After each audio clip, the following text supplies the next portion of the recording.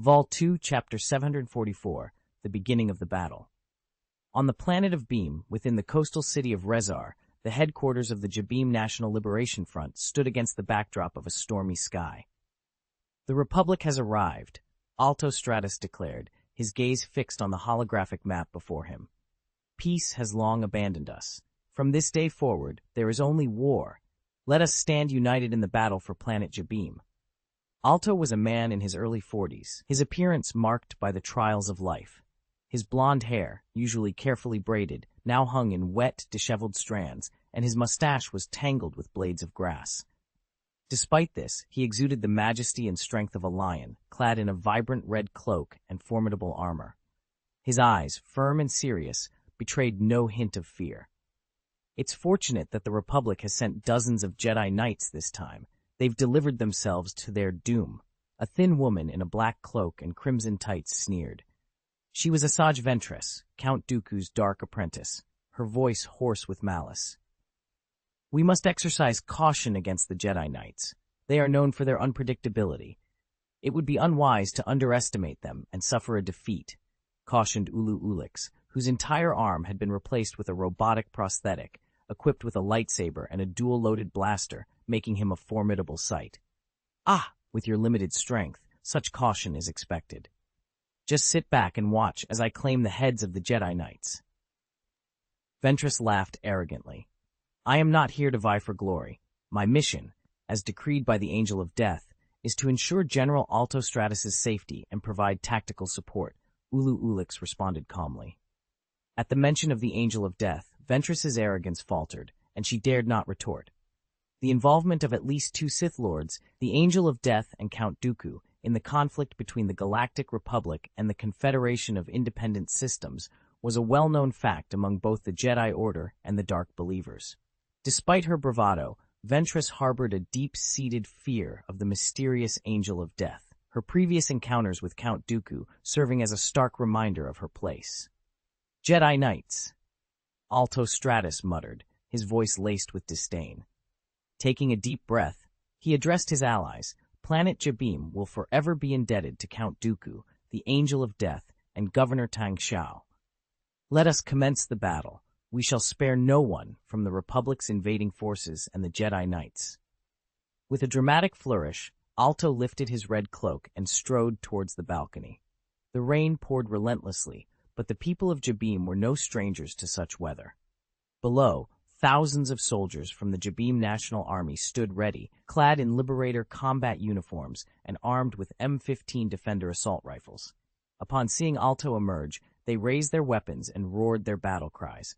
Drawing his ornate alloy sword, Alto shouted, "For Jabeam, down with the Jedi! Destroy the Republic! Today we fight!"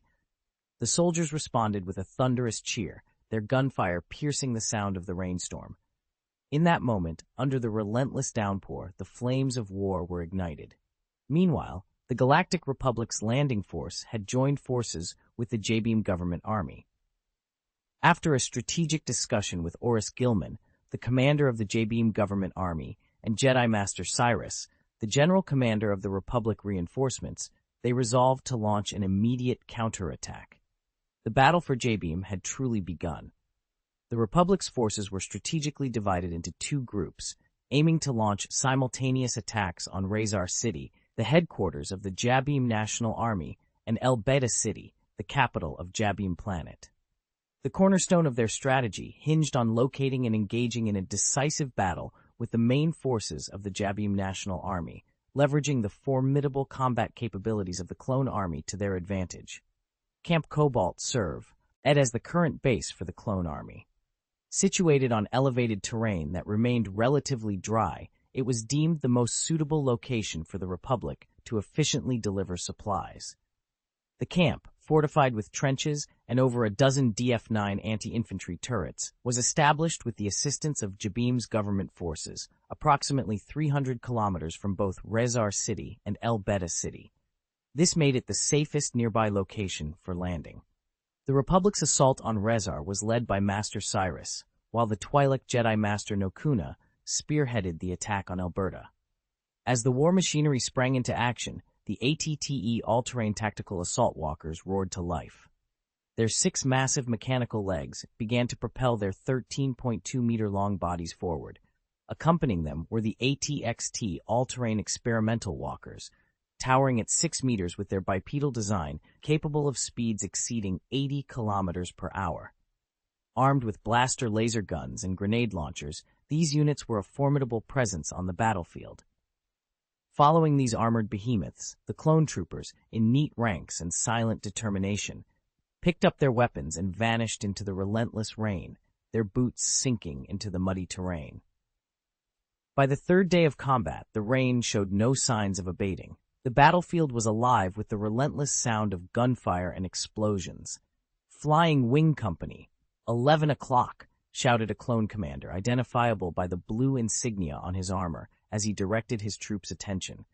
The distinctive sound of blaster fire filled the air, and a clone soldier near the commander was struck down. His comrades quickly retaliated, firing their DC-15 blaster rifles in the direction of the enemy and launching grenades to silence the opposing fire. "Quickly, form up. Where's the ATE? Clear the front. There might be trenches ahead," ordered the commander. He then knelt to check on the fallen soldier. "Are you all right, CO-817? The soldier, groaning, revealed his chest armor, showing 2 charred indentations where the blaster bolts had struck. Although the armor had prevented penetration, a subsequent shot had breached his right shoulder, causing blood to flow profusely. "Medic, we need treatment here. The wound could get infected in this rain," the commander urgently called out. As an ATTE lumbered past, an anti-tank missile struck its side armor with a deafening explosion, showering the commander and the injured soldier with mud and debris. The commander, seeing the wounded soldier's injury, now contaminated with a mix of silt and burnt residue, cried out in alarm. Attachment 1 of the Easter egg chapter, the ATXT all-terrain experimental walking machine, is the precursor to both the ATRT and ATST models. Volume 2, Chapter 745, The Bloody Battle of Jabeam, Middle. The AE walkers advanced, their cannons firing relentlessly. Each shot from their powerful anti-infantry scatter lasers resulted in a series of explosions, devastating an area over 10 meters wide. On the battlefield, these armored behemoths seemed invincible, shrugging off almost any attack thrown their way. In the relentless downpour, the clone troopers' helmet sensors struggled to pinpoint the enemy's location. They were only aware of the omnipresent attacks. Amidst the chaos, an ATE targeted an area from where enemy gunfire originated, only to be struck by several anti-tank missiles. The driver quickly maneuvered the walker in the opposite direction, while the clone troopers following behind unleashed a barrage of fire into a mud puddle that had just been bombarded. The mud puddle was a grim sight, with several corpses already lying within it. A few soldiers from the Jabeam National Army, though severely injured, continued to fire their M15 Defender assault rifles in desperation. "Come on, you dogs of the Republic! Even if I die today, I'll take some of you with me," shouted a Jabeam soldier, his helmet damaged, his face smeared with blood, and his legs grotesquely twisted. Yet he continued to fire his rifle from the ground. "Take a prisoner. We need to find out where their main force is," ordered a clone trooper, approaching a soldier and disarming him. "I curse you!" The Jabeam soldier spat out with a hideous smile, just as a grenade's pin was heard being pulled from beneath him. "Grenade!" shouted the clone trooper, attempting to retreat. A violent explosion followed, engulfing everything in its vicinity. Day 10 of the battle brought more heavy rain and the same relentless gunfire. The clone troopers, trained for such conditions, reacted instinctively to every gunshot, taking cover, identifying the enemy's location, laying down suppressive fire, advancing, and then eliminating the threat. This sequence had been repeated countless times, so much so that no one could keep count. Yet, the gunfire persisted. The distinctive triple burst of the M15 Defender assault rifles was now familiar to the clone troopers. Despite firing live ammunition, these rifles could penetrate their polymer alloy armor, a fact that puzzled them. The ATT Walker redirected its aim towards the source of the gunfire, unleashing another round of bombardment. The prolonged exposure to rain had begun to affect the walkers, slowing their movements. Once the explosions ceased, so did the gunfire. "Check the area. Make sure there are no survivors," commanded the clone commander. After 10 days of relentless fighting, it had become clear that capturing prisoners was futile. The soldiers of the Jabeim National Army would rather die than surrender. A group of clone troopers investigated the area, their blaster rifles firing a few more shots to ensure no one was left alive. "General, it's been 10 days, and we still haven't located the main force of the Jabeim rebels. Intelligence reports suggest they've received support from the Separatists, including a significant number of droids, yet we've encountered none," reported the clone commander to the Jedi Knight beside him. "We must press on. Our progress has been too slow, averaging less than 20 kilometers a day. But I believe that as we get closer to the rebel stronghold, they'll have fewer options," replied the Jedi Knight. "If that's the case, then they're paying a high price to slow us down," observed the commander. "Indeed, they're using human lives as barriers to our advance," sighed the Jedi Knight. Suddenly, the situation took an unexpected turn. A sharp gunshot rang out, and a clone trooper's helmet exploded in a spray of blood, marking the beginning of yet another fierce encounter. One of the clone soldiers, who was repairing his weapon, suddenly collapsed to the ground. "Sniper, take cover!" the clone commander bellowed. Yet this was merely the onset of their troubles. A barrage of sniper fire erupted, claiming the lives of several clone soldiers in rapid succession. They scrambled for cover, while the ATEE walkers provided suppressive fire. The ATXT, with its long legs, maneuvered to flank, seeking out the sniper's position. Before long, they spotted their adversaries, a group of grotesque figures with beaks, scales covering their bodies, and legs bent in an unnatural way. Clad in combat armor and wielding sniper rifles, they were an intimidating sight. "What species are these creatures?" one clone asked. "It doesn't matter. Open fire," the clone commander ordered. Despite their efforts, the enemy was swift, vanishing into the heavy rain after a brief exchange of fire. Then sniper shots rang out again, pinning down the clone troopers with deadly accuracy. "We can't let them dictate our actions. Charge! Charge! Overwhelm them!" A Jedi Knight, lightsaber in hand, led the charge. His blade moved with the speed of lightning, deflecting incoming bullets. Inspired, the clone soldiers emerged from their cover, roaring as they advanced. The ATXT walker led the assault, launching high-explosive grenades before unleashing a torrent of blaster fire. The enemy, howling in response, activated energy shields with a device, continuing their assault from behind this protection. As the battle raged, a sudden green laser beam targeted an ATXT walker, which exploded into debris after a mere 2 seconds. Then, a volley of missiles rained down on the clone positions. "Watch out for heavy enemy fire," the clone commander yelled, but his warning was cut short by the sight of countless red beams piercing the rain. The Jabeim National Army, clad in full-coverage combat armor and moving at speeds exceeding 60 kilometers per hour, charged through the rain and mud, unaffected by the terrain. The red glow emanated from the tactical goggles on their helmets, and their anti-gravity boots allowed them to navigate the mud with ease. The clone troopers, still engaged with the initial attackers, were caught off guard by this new threat. "Beware, it's the Cloud and Rain Commando of the Jabeim rebels," the Jedi Knight warned.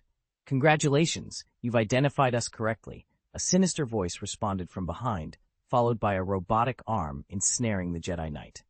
With a swift motion, a lightsaber extended from the arm, impaling the Jedi Knight.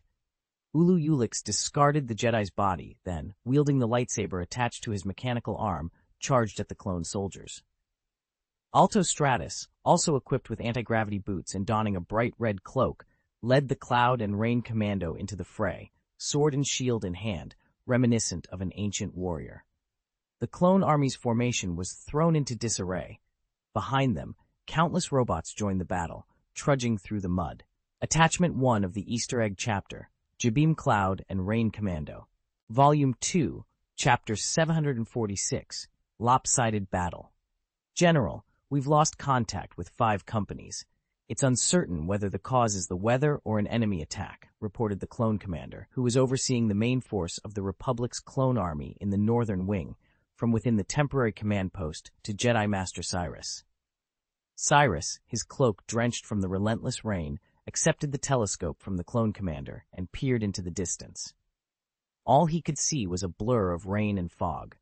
Attempts to switch the imaging modes to laser, radar, and infrared yielded no better results. The heavy rain scattered signals everywhere, and abnormal ionization within the clouds further disrupted the instrument's signals. They were effectively blinded.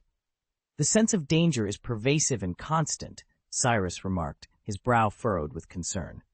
"Should we consider retreating, General?" inquired the clone commander. Cyrus shook his head decisively. "On the planet Jabim, clear weather is rare, not exceeding 5 days a year.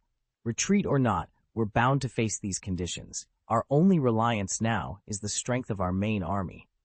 The clone commander glanced at the ATE and ATXT walkers, struggling through the mud, and sighed. The ATEs, in particular, could sink nearly a meter deep into the mud with each step. Extracting them required more than 10 times the normal engine power, significantly exceeding the limits of standard combat operations in both speed and fuel consumption. Cyrus turned to the few Jedi Knights behind him. "We cannot afford to split our forces any further. Each of you, take a group and head towards the last known locations of the missing companies to assess their situation." "Understood," the Jedi Knights responded in unison. They each gathered a small squad of soldiers and mounted Zephyr G hoverbikes, the standard equipment of the Republic Army, before speeding off in various directions. Cyrus watched their figures quickly disappear into the rain, a grave expression on his face. He then turned back and asked, "Have we located the main force of the Jabim rebels near Master Nokuna?" "No, General. In our last routine communication half an hour ago, he mentioned they were preparing to assault Chuka City. It seems their situation is somewhat better than ours. At least they'll have dry houses to rest in upon reaching Chuka City.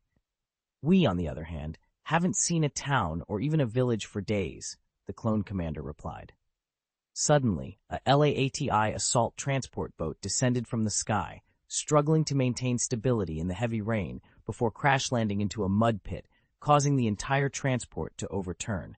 Soldiers on the ground quickly directed a nearby ATE walker to assist, attaching a steel cable to pull the LA out and rescue the pilot. As soon as the pilot was freed, he exclaimed, "General, enemy forces detected. The Separatist droid army, including at least 10 OG-9 homing spider droids, was spotted 10 kilometers north of our position." Cyrus responded immediately. "The Separatists have made their move. Prepare the entire army for battle." Meanwhile, a Jedi Knight and 4 clone troopers were advancing rapidly on a Zephyr G hoverbike, unaware that their movements were being monitored from a nearby cliff. Asajj Ventress, observing through her telescope, smirked malevolently. "So, the Jedi Knight arrives." Standing up from her hiding spot, Ventress surveyed the charred battlefield behind her, where the bodies of hundreds of clone troopers lay scattered and the wreckage of an ATTE walker smoldered. "Let's give them a surprise," Ventress said coldly. Beside her, a group of gnolls armed with sniper rifles prepared to fire. Their exceptional vision allowed them to aim without scopes. Boom, boom, boom. A series of gunshots rang out as the leading Jedi Knight quickly reacted. With lightning-fast reflexes, the moment the gnoll's finger touched the trigger, he had already drawn his lightsaber. With a swift motion, he deflected several sniper bullets. However, the clone troopers behind him weren't as fortunate. They were either struck down from their hoverbikes by sniper fire or were thrown off as their vehicles were hit. "Okay, he's mine," Ventress declared, his cloak billowing as he detached 2 curved lightsabers from his waist and charged towards the Jedi Knight. "It's indeed your conspiracy, agents of darkness," the Jedi Knight bellowed, ready to confront him. "Your life ends here," Ventress retorted, his lightsabers whirling like a tempest. In a brief exchange, he overpowered the Jedi Knight, and with a swift dual strike, a head soared into the air. Elsewhere, in Chuka City, Jedi Master Nokuna surveyed the small city before him.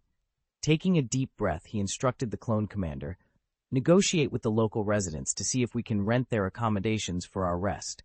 We shall not damage their property and will pay a fair rent." Shortly after, the clone commander returned with news. "They've agreed." Master Nokuna nodded in approval. "Let the entire army enter the city. Have the armored units secure the perimeter. Once safety is confirmed, troops can rest and dry their clothes in turns. Moreover, all units are to strictly avoid disturbing the residents, or they will face severe consequences." Understood, the clone army responded and began to move into the town. The town's residents showed a cold indifference, barely speaking a word. They simply led the clone soldiers to warehouses or compartments, then retreated to their homes, never to emerge again. The clone troopers conducted themselves with discipline, compensating each household with credits and settling in without causing disturbances. Master Nokuna tirelessly worked to prevent any potential conflicts between the soldiers and civilians. Thankfully, no significant conflicts arose. Even when minor issues occurred, the locals would dismiss them as nothing serious and quickly distance themselves as if avoiding a curse. Unbeknownst to the Republic's army, as soon as the local residents returned to their homes, they retreated into their basements, locking the entrances and clinging to their families until the danger passed. They were also unaware that within the city's extensive underground drainage system, countless robots lay in wait in a shutdown state, unaffected by the rain. These robots, with armor that was completely sealed and integrated, could sit submerged without a single drop of water penetrating their defenses. Their sharply designed heads resembled pointed hats, a signature of the trade union's series of combat robots. Volume 2, Chapter 747, The Bloody Battle of Jabeam, Part 2. In the dead of night, clone troopers on their rest shifts were removing their drenched combat armor, attempting to dry the wet linings. Meanwhile, the A-Series combat robots, concealed in the sewers, silently activated. Their 4 electronic eyes ignited with a menacing red glow. Rising from the turbulent sewer waters, a challenge that could drown an ordinary person in under a minute, these robots completed their self-checks in seconds and began moving upstream against the rapid currents. The A-Series robots, towering at 2.4 meters, were initially designed for assassination purposes by the Hutts. Count Dooku later acquired and, with the Trade Federation's backing, mass-produced them. These robots boasted compact structures, robust armor, and formidable firepower, making them versatile in both individual and group combat scenarios. Their design catered to the demands of assassination missions across various harsh environments, including swamps and rain-soaked terrains. A few kilometers from Chuka City, a vast army of robots mobilized. The IG-227 Hailfire-class droid tanks, propelled by their massive wheels, advanced rapidly, unleashing a barrage of missiles towards Chuka City. Explosions rocked the area as the missiles struck several Republic Army ATE walkers, their armor no match for the missiles' might, resulting in the walkers being obliterated from the inside out. The Galactic Republic's clone army was quick to react, immediately organizing a counterattack. Troops on the outskirts started to disperse and advance. The AV-7 anti-vehicle artillery cannons, along with the ATTE's heavy artillery, began to bombard the source of the missile attack. AI gunships soared through the rain, deploying tactical clone troopers for airstrikes against the droid forces. Within minutes, the once quiet city of Chuka was engulfed in the chaos of gunfire and explosions. However, this was merely the beginning. As the battle raged on the outskirts, the A-Series battle robots hidden in Chuka City's sewers sprang into action. The clone troopers, focused on the external droid assault, were caught off guard by the threat emerging from within the city itself.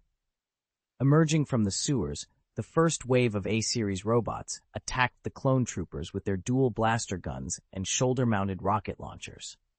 With hundreds of sewer exits scattered throughout the city, the clone troopers found themselves overwhelmed by the droids emerging from all directions.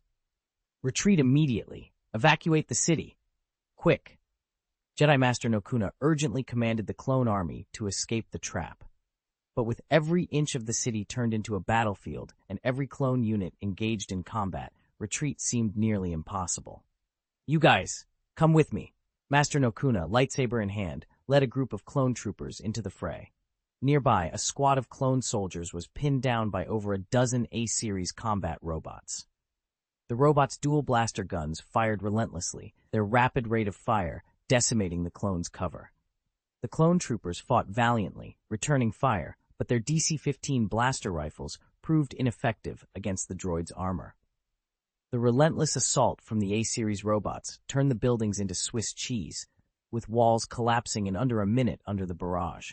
In this dire situation, Master Nokuna and his team fought bravely, attempting to turn the tide against the seemingly unstoppable A-series droids. Master Nokuna, wielding his lightsaber with unmatched skill, faced the relentless onslaught of energy blasts from the A-series battle robots. Despite the robot's formidable armor, which resisted direct damage from his lightsaber, Nokuna's swift and precise movements allowed him to deflect their attacks and cause significant disruption within their ranks. His agility was unparalleled. With swift leaps and dodges, he closed the distance to engage in close combat, where his lightsaber proved deadly. One by one, the robots fell, cleaved in two by the unstoppable force of his blade. However, in a moment of unexpected vulnerability, a robot, partially severed at the shoulder, managed to grasp Nokuna's calf. Caught off guard, Nokuna managed to fend off the immediate threats, but not before a stray shot from another robot struck his shoulder. Reacting quickly, he unleashed a powerful force wave, repelling the surrounding robots, and resumed his relentless assault, leaving no robot operational. "General, you've been shot," exclaimed a concerned clone trooper. "It's of no consequence. Focus on the mission. Retreat to the northwest of the city, where the threat level is lower," Nokuna instructed, leaning against a wall to catch his breath. Despite his injury, his determination remained unshaken, and he soon rejoined the fray to assist another group of trapped clone troopers. Meanwhile, outside the city, the battle intensified. A Salarian combat strategist outlined their plan to continue the assault from the south, forcing the Republic's forces into a strategic withdrawal. Alto Stratus, brandishing a sword and shield crafted from flax steel, capable of withstanding lightsaber strikes, rallied his troops with a passionate cry for freedom, signaling the charge of the Cloud Rain Commando. Despite their smaller numbers, the Cloud Rain Commando, comprised of battle-hardened veterans, matched the prowess of the Republic's elite ARC troopers. Accompanied by Darth Marthael's dark acolyte, Ulu Ulix, Alto led the charge, their anti-gravity boots propelling them through the swampy terrain at breakneck speeds towards the Republic's defenses. The Republic's armored units, hindered by the swamp's challenging terrain, struggled to maintain their positions against the advancing robot corps. The ATTE and ATXT walkers, their movements severely restricted by the mud, continued to fire upon the enemy. However, the Cloud Rain Commando, utilizing their superior speed and agility, launched a devastating attack, deploying magnetic bombs that crippled the walkers, tipping the balance of the battle in their favor. Ulu Ulix, empowered by his anti-gravity boots, moved across the battlefield with lethal grace, seeking out Jedi to confront. His gaze settled on a young female Jedi, a sinister smile spreading across his face as he prepared to engage, his presence on the battlefield a dark omen for the Republic's forces. Gliding at high speed, Alto Stratus skillfully executed a semicircle maneuver around his target, sending mud and water splashing across her face. In the moment, her focus faltered, and she staggered. Ulix seized the opportunity, rushing forward with unparalleled speed. The glow of his red lightsaber was a blur as it sliced through the air, cutting the Jedi Knight in half. Her shrill screams were swiftly drowned out by the relentless cacophony of explosions. Taking cover behind a shield, Alto utilized the swift mobility of his anti-gravity skates to collide head-on with another Jedi, disarming him with a swift strike of his lightsaber. Deactivating his skates, Alto approached the fallen Jedi, who was now nursing a grievous wound, and said coldly, "Jedi, but that's all." "You, traitors of the Republic," the Jedi Knight retorted, even in his weakened state. "The Separatists are merely using you." A flicker of emotion crossed Alto's face, but he quickly suppressed it, plunging his lightsaber into the Jedi Knight's abdomen. With a violent twist, blood flowed freely. The Jedi Knight clutched at the blade, fighting back screams as his life rapidly ebbed away. Those of you who live in dry and comfortable rooms can't understand the depth of our hatred. Alto withdrew his sword abruptly, kicking the Jedi Knight's body aside, and reactivated his anti-gravity boots to propel himself towards his next target. It was a day marked by bloodshed and flames. The city of Chuka was engulfed in violence, its streets littered with the bodies of clone troopers and the air thick with the stench of death. Many residents, seeking refuge from the war, huddled together in basements. There, amidst the chaos, they clung to each other, their voices barely above a whisper, as they sang the national ballad of Jabeem, a solemn anthem of resilience and sorrow. Volume 2, Chapter 748, The Quagmire. On the 17th day since the outbreak of hostilities, the forces under Jedi Master Nokuna found themselves in a dire predicament. Their retreat could hardly be called strategic. It was a rout. The only thing preventing a complete collapse was the superior training and discipline of the clone troopers. Had they been ordinary soldiers, they would have likely succumbed to the chaos long ago. Since their defeat at Chuka City, they had been relentlessly pursued by the Jabim National Army and the Robot Corps. Their pursuers employed a cat-and-mouse strategy, allowing the clone army to continue their retreat under constant harassment rather than closing in for a swift end. This approach turned their retreat into a death march. The clone army's heavy equipment was rendered useless, stuck in the mud, or destroyed by the enemy. The soldiers were left with no choice but to trudge through the relentless heavy rain and mud on foot, fighting for survival. In contrast, the robotic forces of the Jabim National Army, equipped with anti-gravity sliding boots, faced no such physical strain. They were not in a rush to catch up. They preferred to wait until their prey was utterly exhausted and vulnerable before striking decisively. Initially, Master Nokuna's clone army numbered 8,000 strong. Despite being besieged on all sides during the battle in Chuka City, they managed to evacuate more than 4,000 troops, thanks in large part to Master Nokuna's valiant efforts. His leadership allowed the scattered clone troopers to regroup and break through the enemy lines. However, their escape led them into another nightmare. The endless rain turned even minor wounds into life-threatening infections. Many soldiers lost their lives not to the enemy, but to the harsh conditions. After covering more than 50 kilometers, their numbers dwindled to less than 1,000, each one of them on the brink of collapse. And then, the final assault came. Alto Stratus, leading the well-rested and replenished Unyu Commando, launched an attack on the 1,000 remaining clone troopers who could barely stand. It was nothing short of a massacre. Master Nokuna, weakened and weary, fought until he could no longer stand. Alto Stratus approached him, lifting him by the tentacles on his head. Nokuna, delirious from hunger and exhaustion, could only mutter the Jedi Creed with the last of his strength. "There is no death! Ha! Another Jedi lie!" Alto Stratus exclaimed, condemning the Jedi for the destruction they brought in their wake.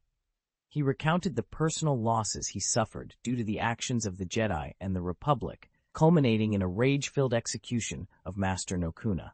Meanwhile, on another front, Jedi Master Cyrus finally decided to order a retreat. Over the past few days, they had inflicted significant losses on the Jabim National Army and the Confederate robot reinforcements, but the cost had been high.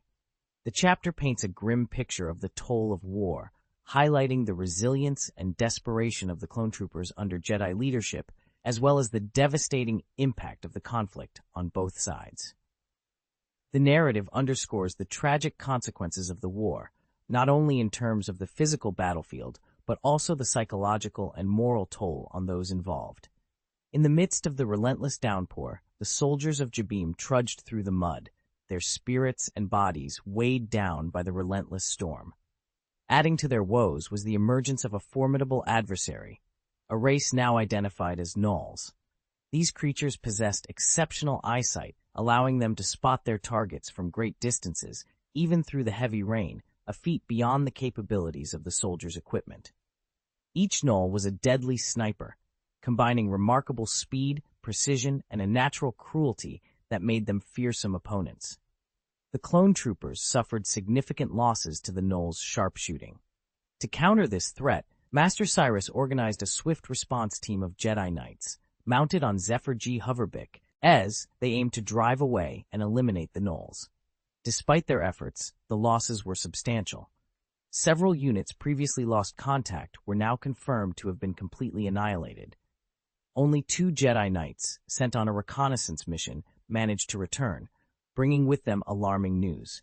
Count Dooku's formidable apprentice, Asajj Ventress, was present on the battlefield. Her presence made every Jedi engagement perilous, for if the Gnolls were a challenge, Asajj Ventress was a nightmare. The clone army under Master Cyrus, originally numbering 8,000, had dwindled to approximately 5,600 after continuous combat. In an organized retreat, they managed to avoid leaving vulnerabilities for their pursuers to exploit. Meanwhile, the Jabim National Army, now allied with the droid and Null forces, formed a formidable coalition. Despite lacking heavy machinery, most of which had been redirected to another battlefield to encircle and suppress Master Nokuna, the combined forces launched a relentless assault on Master Cyrus's troops. The battle on Jabim's rain-soaked fields was brutal.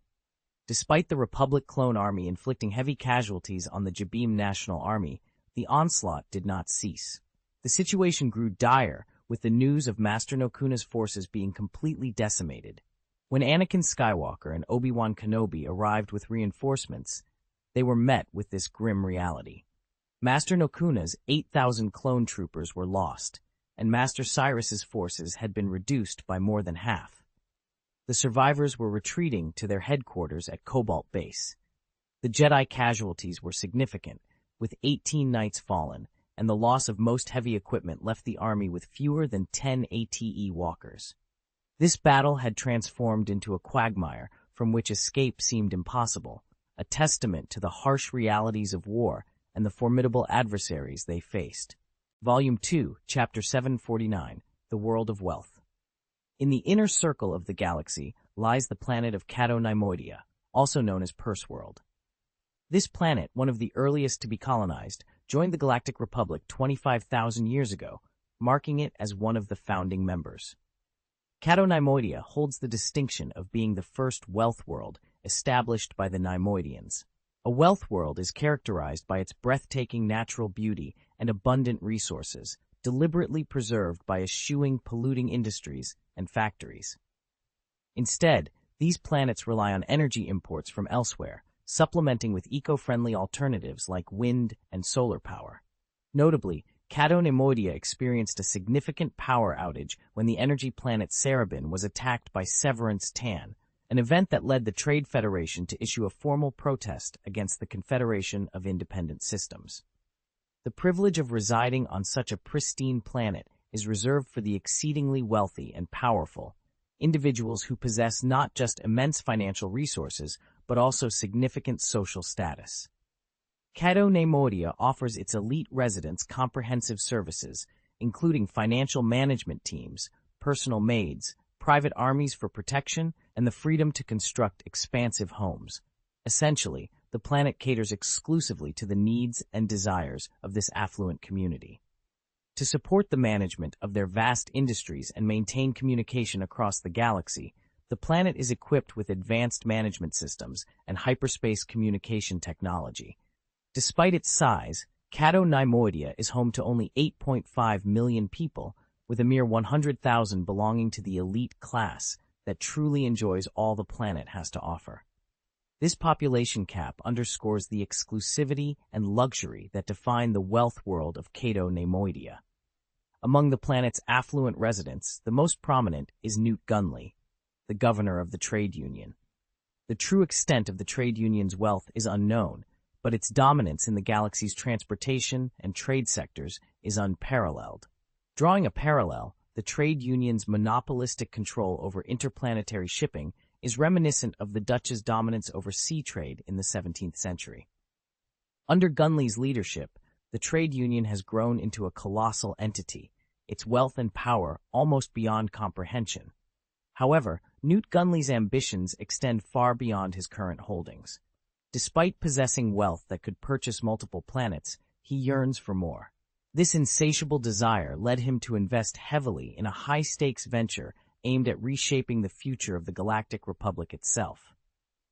Gunley became a key figure in the Confederation of Independent Systems, backing Count Dooku's separatist movement with vast amounts of capital and resources.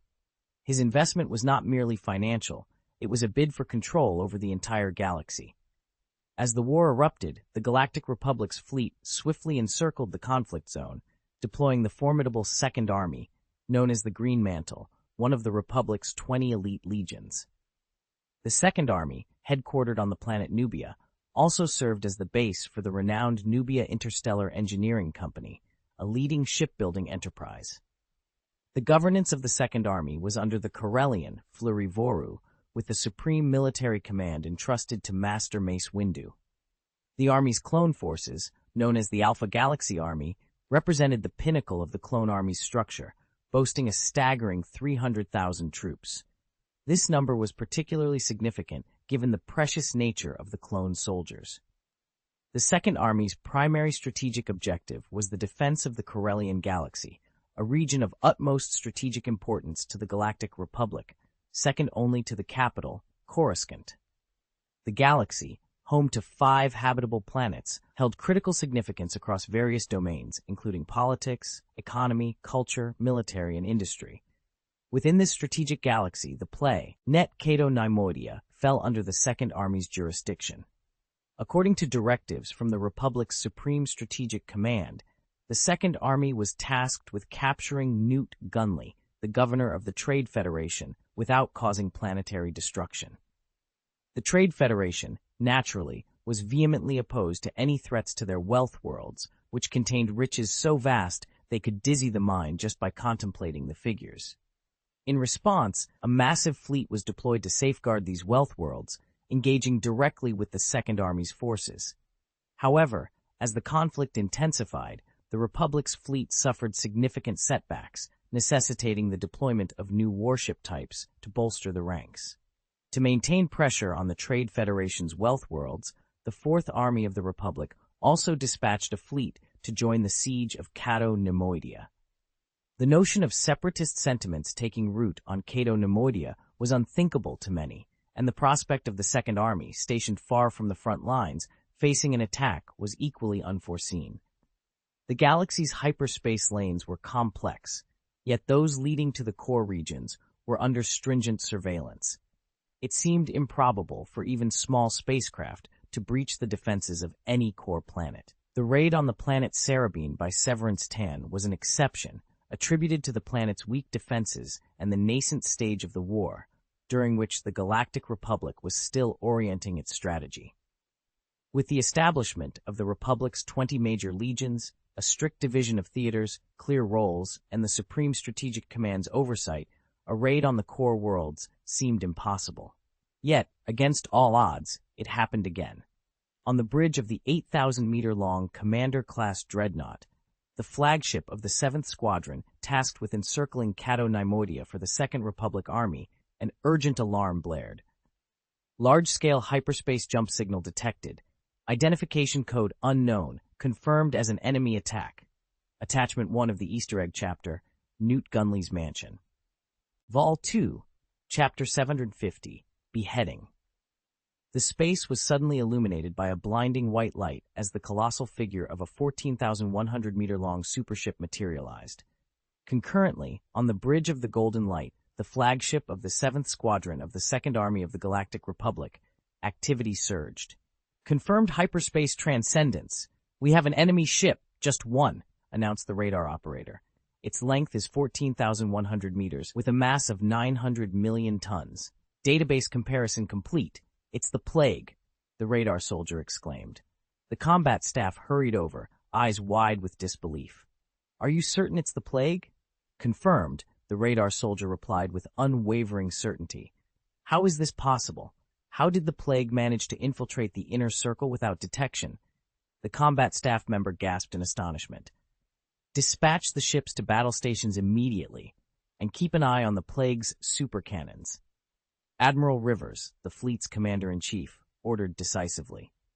Meanwhile, aboard the plague, preparations for the final operation were underway. Successful hyperspace jump. We are now in the vicinity of Cato Neimoidia, announced the navigator. The ship is now in combat mode. Activate the shields, commanded the combat staff, following standard procedure. Stop! Admiral Severance Tan, seated in the captain's chair, commanded with a stern expression. Redirect all energy to the supermatter electromagnetic gun. Switch the battleship to overload mode and begin charging immediately. Yes, sir. Deactivating the shield system and rerouting all power to the supermaterial electromagnetic gun. Overload mode activated, a crew member confirmed. With this configuration, charging and overloading time can be reduced to 40 seconds. A sinister smile crept across Severance Tan's face. Adjust the firing angle. Target the enemy flagship. Darth Lilim, standing to the side, turned with a playful smirk. There are 3 Commander-class dreadnoughts out there. Would you like me to point out which one is the flagship, sister? Severance Tan ignored her, focusing instead on the task at hand. Target the Commander-class ship at the rear left. Fire immediately after charging. Orders flew, and the massive battleship Plague adjusted its course. The over 10,000-meter-long gun barrels unfolded, and a terrifying energy began to gather. Under the influence of electromagnetic forces, a dazzling ring of energy formed around the battleship, rotating rapidly due to the magnetic field. The giant projectile, already loaded, began to spin in preparation. This ominous gathering of energy on the Plague was detected by the Republic battleship. "The enemy ship has begun charging," Admiral Rivers announced, his voice grave. "Concentrate all shields at the front. Calculate their trajectory. Check the database for the charging time of the enemy's main guns. Trajectory confirmed. The enemy is targeting this ship." The radar operator's voice was tinged with panic, his face cycling through a myriad of expressions, caught between crying and protesting. It wasn't his fault. The prospect of being targeted by a 400-meter caliber supercannon would unsettle anyone. "They're targeting us? How did they know the flagship's location?" Rivers muttered, a cold sweat breaking out as he clenched his fists.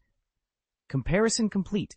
Based on data from the Plague's engagement in the Battle of Terragalis planet, their main gun's charging time is 200 seconds, increasing with each launch," the combat staff reported.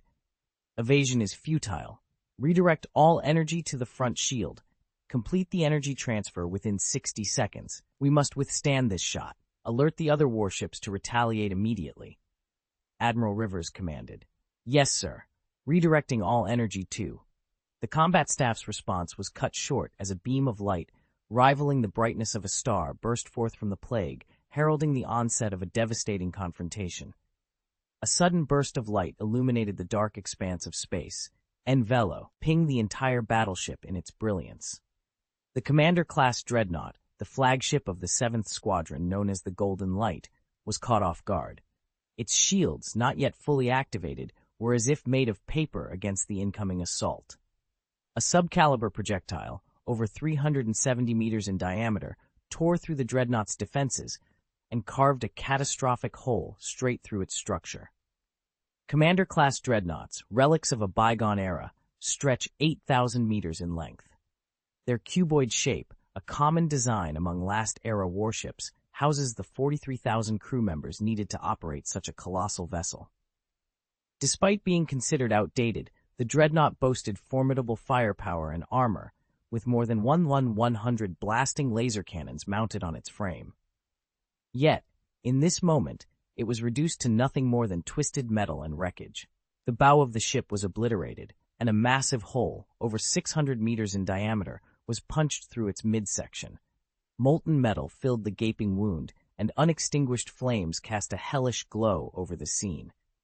At the heart of this devastation, the still-burning projectile served as a grim beacon, illuminating the surrounding carnage. The dreadnought's robust armor and structure prevented it from being completely disintegrated, but the sheer force of the impact sent the vessel reeling over 200 kilometers away. The surviving crew members, those not immediately killed, suffered severe secondary injuries from the shockwave. With the life support system compromised, even those left unconscious had no hope of survival beyond a few minutes. Admiral Rivers, along with the entire crew of 43,000 aboard the Kodai Commander-class dreadnought, perished without exception. This brutal strategy, guided by the Sith Lord's force, targeted the enemy flagship and command center for immediate destruction. It was a method of warfare unknown to the Galactic Republic, which had relied on conventional tactics for millennia. The shock and confusion it caused were palpable. This approach mirrored the tactics of the Emergency Traders Alliance in the original sin of the Empire of the Sun. They, too, leveraged the overwhelming firepower of Ragnarov-class Titan battleships to decimate enemy flagships swiftly, a standard maneuver that left their adversaries vulnerable. Reacting to the loss of their flagship, the 7th Squadron scrambled to mount a counterattack. Raise the shields, launch the fighter jets, Switch the main guns to scatter projectiles and prepare for the second volley." Admiral Severance Tan commanded, her voice cutting through the chaos. As the squadron's response unfolded, dozens of turbo lasers bombarded the Titan battleship, striking its armor directly in the absence of protective shields. The relentless explosions rocked the battleship, but Admiral Severance Tan watched the onslaught with a steely resolve, her expression unyielding amidst the turmoil. Vol 2, Chapter 751, Tame, Part 1. Rewind to a day ago, the affluent world of Cato Neimoidia remained tranquil. The 7th Squadron of the Second Republic Army, with its formidable fleet comprising over 100 warships led by 3 8,000-meter-long commander-class dreadnoughts, laid siege to the planet. Cato Neimoidia was well prepared for such an eventuality. Its powerful orbital defense system was activated, including the planetary shield, an exceedingly costly two-way shield. As is widely known, two-way shields offer protection while allowing the occupants to launch attacks. Battleships equipped with such shields are typically flagships, and on Cato Neimoidia, the entire planetary shield was a two-way shield. In orbit, the formidable fleet of the Trade Union was also ready for battle. With 30 Generosity-class communications frigates, 5 Shenyi-class destroyers, and 10 Lucrehook-class battleships, along with a multitude of smaller vessels, the 7th Squadron was cautious in its approach. Despite the ongoing conflict between the Galactic Republic and the Confederation of Independent Galaxies in the outer and middle ring star regions, the core world of Cato Neimoidia remained a bastion of calm, even though the assembled fleet here surpassed those in most other battlefields. On the planet, the 100,000 super-rich had long evacuated, leaving behind more than 2 million robots to defend their wealth. Though absent, these affluent individuals continued to monitor the situation on Cato Neimoidia through various channels, eager to preserve their fortunes. Among them was the governor of the trade union, Newt Gunray, who was currently facing a figure that made him tremble with fear, the second Sith Lord of the galaxy, known as the Angel of Death. Ever since witnessing the brutal demise of Puller Baron at the hands of the fallen angels, Gunray had been plagued by nightmares. Now, under the heavy guard of the droid army, he barely managed to sleep. He confined himself to the fleet, not daring to set foot on the planet's surface. Although Gunray had little understanding of the Force, he regarded the Sith Lord before him, the so-called Angel of Death, as a being of immense power, perhaps even surpassing Darth Sidious in terms of terror. However, avoidance was not a solution. The Angel of Death found him regardless. Piloting a red fighter jet, the Sith Lord breached the fleet's defenses without transmitting an identification friend or foe (IFF) signal, weaving through anti-aircraft fire to approach Gunray's flagship. The fighter hovered silently outside the bridge's porthole, transforming into a robot over 8 meters tall, and knocked on the glass. Though no sound was made, the gesture struck terror into Gunray's heart. Upon entering the bridge, Darth Marthel, the Angel of Death, remained silent, merely observing Gunray.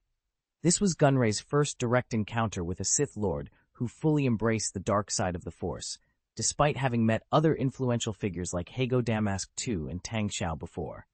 Trembling, Gunray managed to speak. "Lord Angel of Death, please, may I ask why you have come to me?"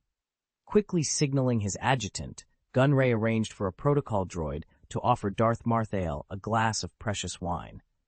The Sith Lord accepted the gesture without hesitation, taking a seat and sipping the wine. Gunray breathed a sigh of relief, understanding that this gesture might signify a willingness to negotiate. Having spent years in the business world, he knew the importance of such subtleties in dealings, even with a being as fearsome as a Sith Lord. Newt Gunray was in a state of turmoil. The prospect of being targeted for assassination had pushed him to the brink, and he was willing to pay any price to ensure his survival. In his mind, the loss of money was a trivial concern compared to the threat to his life. If necessary, he could simply raise taxes on the industrial worlds under his control to recoup the losses. When Darth Marthel finally broke the silence with a proposal for a battle plan, Newt Gunray was all ears, eager to grasp any lifeline thrown his way. The mention of Cato Neimoidia, however, sent a jolt of panic through him. The planet was not just any location. It was the heart of his wealth, home to his vast fortunes. The very thought of it being targeted was unbearable. Yet, Darth Martell's plan was not what Newt had feared. The Sith Lord proposed a raid on the Republic fleet orbiting the planet, a move that seemed impossible given the planet's strategic importance and the presence of a significant Republic military force nearby. Newt Gunray could hardly believe what he was hearing. How could they possibly challenge the Republic's might in such a critical location? Darth Martell's confidence was unshaken. He assured Newt that success was within reach, but it required his cooperation. Newt's initial panic gave way to cautious skepticism. He suggested maintaining the status quo on Cato Neimoidia, fearing not just for his wealth, but for the broader implications of such an aggressive move. He was concerned that a successful attack could irreparably damage the Trade Federation's delicate position of neutrality and jeopardize its extensive commercial interests throughout the galaxy. Darth Martell's response was cutting. He saw through Newt's concerns, suggesting that the real fear was losing the Federation's ability to play both sides. Then, with a sly suggestion, he proposed using the shutdown password to deactivate all the battle droids, a move that would drastically alter the balance of power. The conversation had taken a turn Newt Gunray had not anticipated. He was caught between the desire to protect his life and wealth and the fear of the consequences of Darth Martell's bold strategy. The Sith Lord's plan was audacious, potentially game-changing, but fraught with risks that could endanger everything Newt held dear. Volume 2, Chapter 752, Tame Quan. The moment Darth Martell's words reached his ears, Newt Gunray collapsed to the ground, his Neimoidian features, already reminiscent of a flounder, creasing further in distress. "How do you know?" he exclaimed. Darth Martell, however, continued to sip his drink leisurely. "Of course, I know. Since the Eliadu Business Summit and the incident with the B-1 battle droid uprising, you've naturally incorporated this fail-safe mechanism and command into all newly produced droids. This is a safety emergency system," Newt Gunray stammered, clinging to a sliver of hope. This secret was indeed his most guarded, and with the engineers involved in its design eliminated by his hand, he believed only 2 people in the galaxy should have been aware of this switch, himself and Darth Sidious. Yet, how could this enigmatic figure be privy to such classified information? "Let me share a story with you, Newt Gunray," Darth Martell began, his voice steady. "The war between the Galactic Republic and the Confederation of Independent Systems will rage for 2 to 3 years. He observed Newt Gunray, who was still visibly trembling. "However, this war will end in a stalemate for both parties.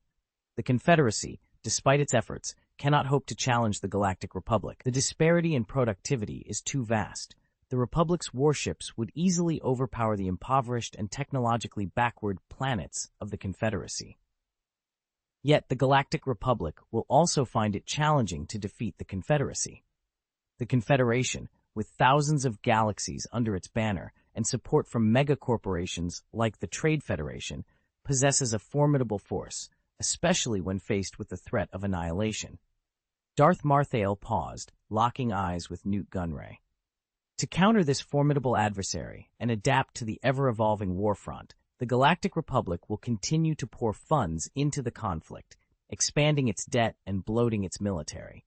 Furthermore, the Chancellor will repeatedly invoke emergency powers to steer the Republic away from peril. In such times, the once inefficient and corrupt bureaucracy of the Galactic Republic will transform, becoming more streamlined and centralized.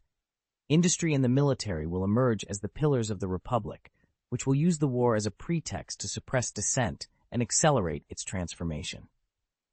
Then, with the Jedi Order out of the picture, the path to establishing the Galactic Empire is clear. However, to ascend to emperorship, he needs more than just popular support. He must also secure the backing of the elite, including the industrial magnates of Quat, Corellia, Nubia.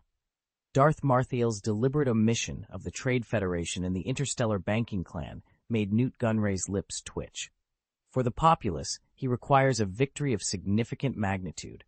Defeating the Confederation of Independent Systems, ending the Civil War, and unifying the galaxy would be an unparalleled achievement. Why? because the early advantages and strength displayed by the Confederation have instilled fear in everyone's hearts. It's commonly understood that defeating the Confederation could take years, if not decades, but what if he could achieve victory immediately? Darth Marthael's gaze returned to Newt Gunray as he continued. He has prepared for this moment, a contingency, a switch. With the correct code, the Confederation of Independent Systems would instantly lose its entire army and face swift defeat, granting him unparalleled glory. He will have accomplished what others deemed impossible. Darth Marthael, known as the wisest and most powerful being in the galaxy, held a lightsaber mere centimeters from Newt Gunray's eyes. The blood-red plasma blade hummed menacingly in the silence. "Should I destroy this switch?" Darth Marthael's voice was chilling, echoing with a demonic resonance. He didn't even glance at Gunray, remaining seated with his legs crossed and a wineglass in hand. Newt Gunray, overwhelmed by fear, fell to his knees, trembling uncontrollably and unable to utter a single word. However, Darth Marthael sheathed his lightsaber and continued, "My story isn't finished. Defeating the Confederation of Independent Systems and unifying the galaxy might win the support of the common folk, but the powerful oligarchs? They're driven by more tangible desires. Money, profit, power," Darth Marthael elaborated slowly, "but the galaxy's wealth has already been divided. Despite the end of the Civil War, the resources remain as they were. To redistribute this wealth, some must be removed from the equation." He sneered at Newt Gunray. "Those who are removed, did they contribute significantly to the war? Were they from Corellia or Nubia? No, their industrial might grew during the conflict, surpassing other planets. The ones to be removed are the war criminals who initiated the conflict." Newt Gunray, defiant yet fearful, managed to speak. "This is impossible. I ended the war. Without me, the conflict would have persisted." Darth Marthael looked at him with a mixture of pity and disdain. Who knows the truth? Stunned, as if struck by an unseen force, Gunray realized the gravity of Marthael's plan. By eliminating all insiders, including the leaders of the Confederation, no one will know the true orchestrators of the war. The next step is to judge the war criminals, using money, interests, and power to secure their silence. They will relinquish their ill-gotten gains to those we wish to control. Slowly lifting his hood, Darth Marthael revealed his true face. As for executions, the Jedi Order will, undoubtedly, be eager to carry them out. Newt Gunray, horror-stricken, stumbled backward until he collapsed on the ground. Pointing a trembling finger at the dark Sith Lord before him, he stuttered, You are Tang Xiao." Chapter 753, Taming. After a long absence, Tang Xiao greeted Governor Gunley with a warm smile, reverting to his original voice. "Long time no see, Governor Gunley." Newt Gunley recoiled as if he had seen a ghost, scrambling backward in a futile attempt to distance himself from Tang Xiao. However, an invisible force quickly thwarted his efforts, dragging him back to fall at Tang Xiao's feet. "Please, don't kill me," Newt Gunley pleaded, his voice trembling with fear. The revelation of the galaxy's two most harrowing secrets had filled him not with excitement, but with an overwhelming dread. He realized that these secrets could only spell his doom. Tang Xiao had demonstrated that no amount of protection, be it a fleet or robots, could save him from death. And Darth Sidious, or rather, Sheev Palpatine, would undoubtedly be capable of the same. Newt Gunley was no fool. He had pieced together the clues even before Tang Xiao's story, understanding the dual identity of the man in question. The Lord of the Sith, Darth Sidious, was none other than the President of the Galactic Republic, Sheev Palpatine. The realization sent a shiver down his spine, drenching his exquisite garments in cold sweat. He felt engulfed by darkness with no escape in sight. The entire galaxy seemed to be under the control of Count Dooku, Sheev Palpatine, and Tang Xiao, making the Hutt space, notorious for its criminal activities, appear as the only beacon of light. Tang Xiao rose to his feet, his tone casual yet piercing. "Newt Gunley, do you know who suffers first when war breaks out?" Desperate, Newt Gunley shook his head. "Finance," Tang Xiao declared. "As a capitalist obsessed with designing battleships, why do you strive to compete with established industrial giants like Court during wartime? Your wealth won't secure you more warships. After the war, your assets will simply become fodder for those ravenous industrial titans." "They wouldn't dare," protested Newt Gunley, though fear laced his words. Observe the charioteer-class battlecruisers emerging from planet Quart's industrial star ring, then compare them to your own production line. How could you possibly stand a chance? The current Trade Federation doesn't hold a candle to Quart, Tang Xiao explained. Killing you would be effortless. Once all the robots are deactivated, who will protect your fortune? Do you really expect Darth Sidious to lift a finger on your behalf? He squatted down, gently straightening the crooked crown atop Newt Gunley's head. Would you prefer being labeled a war criminal, your assets seized to appease Quart, or would you rather Sidious personally reward you, the so-called hero, from his own pockets? Think about it. Newt Gunley stammered, at a loss for words. I mentioned before that Darth Sidious is indifferent to the outcome of this war. He remains the victor regardless, Tang Xiao continued. But what about you, Newt Gunley? Can you afford to lose? A sense of helplessness washed over Newt Gunley. He had always viewed the war through the lens of an investor, believing its purpose was to topple the Republic and reshuffle the power dynamics. Now, he realized he was merely a pawn in the game. From this new perspective, the idea of winning the war seemed ludicrous. How could he possibly stand against the might of the Galactic Republic or even a galactic empire in full wartime mobilization? Tang Xiao's voice broke through his thoughts. Do you understand now? War is not a game you can afford to play. But it's too late. What should I do? Newt Gunley asked, his voice barely above a whisper. Tang Xiao stood, spreading his arms wide, his expression a mix of fervor and madness. The beacon has been lit, the war drum has been beaten. The icy furnace blazed with heat, and the once rusty sword regained its sharpness. As the gears of war began to turn, their unstoppable momentum was clear. Only when one side was utterly consumed by the flames of war would this catastrophe begin to wane. Do you think your shutdown password can halt the war? No, you've merely ignited another conflict. Newt Gunley slowly rose from the ground, his demeanor somber and defeated. You've chosen the path of war, Newt Gunray. Victory is now your only means of survival. This is the ultimate test for anyone who dares to embrace war, whether it's you, me, or Darth West Dias, Tang Xiao declared. He observed Newt Gunley's silence before continuing. My most formidable warship and greatest general are poised to assault the planet Cato Nemoidia and obliterate the fleet stationed there. Make no mistake, Darth Sidious will not be pleased with this outcome, and without the support of your fleet, the ships I've dispatched would surely be doomed.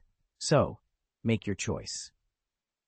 As Tang Xiao spoke, his form gradually dissipated into smoke, and by the time his speech concluded, he had vanished entirely. Left behind were Newt Gunley, standing bewildered on the bridge, his terrified adjutant and the robot controlling the battleship enveloped in a deathly silence. Suddenly, Newt Gunley turned to his adjutant and ordered, "Seize him and cast him out." "Roger, roger." Several B-1 combat robots promptly approached and seized the adjutant. In a moment of despair, the adjutant collapsed, pleading, "No, Your Excellency Governor, I beg of you. I know nothing. I heard nothing. Please forgive me." Shortly thereafter, a red fighter jet departed from the warship's hangar, and the lifeless body of the adjutant drifted past the warship's porthole. Newt Gunley then approached the console, hesitated briefly, and input a series of commands. Almost instantly, every robot aboard the battleship powered down and collapsed.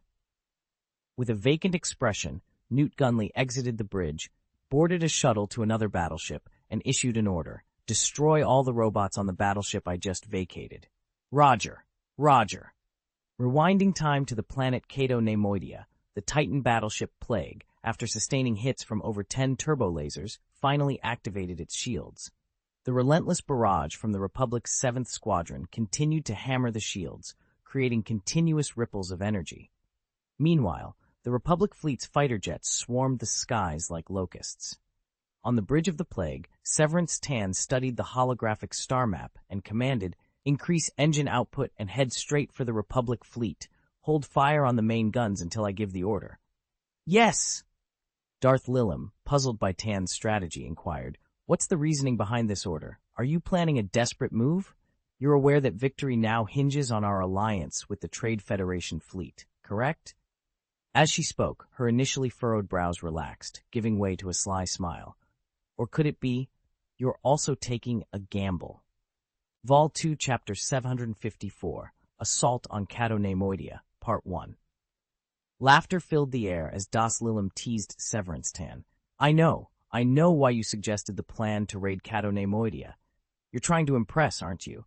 Thinking about what strategy would win the Master's favor? Ha ha ha, on Catonemoidia would certainly require the support of the Trade Alliance. If it were purely up to your own inclinations, you'd never propose such a strategy. But you're hoping to make the Master happy with this plan. Her arms wrapped around Severance Tan's neck, her breath as fragrant as orchids whispering in her ear.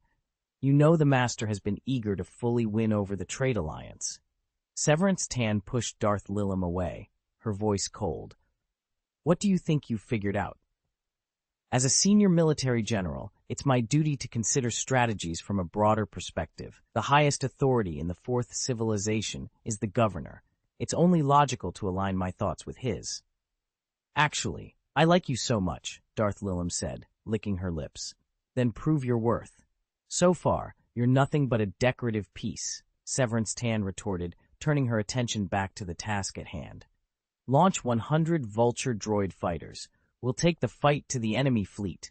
Understood, came the response. The Plague might not have had an extensive array of carrier-based aircraft, but Tan was determined not to let that hinder their quest for air superiority.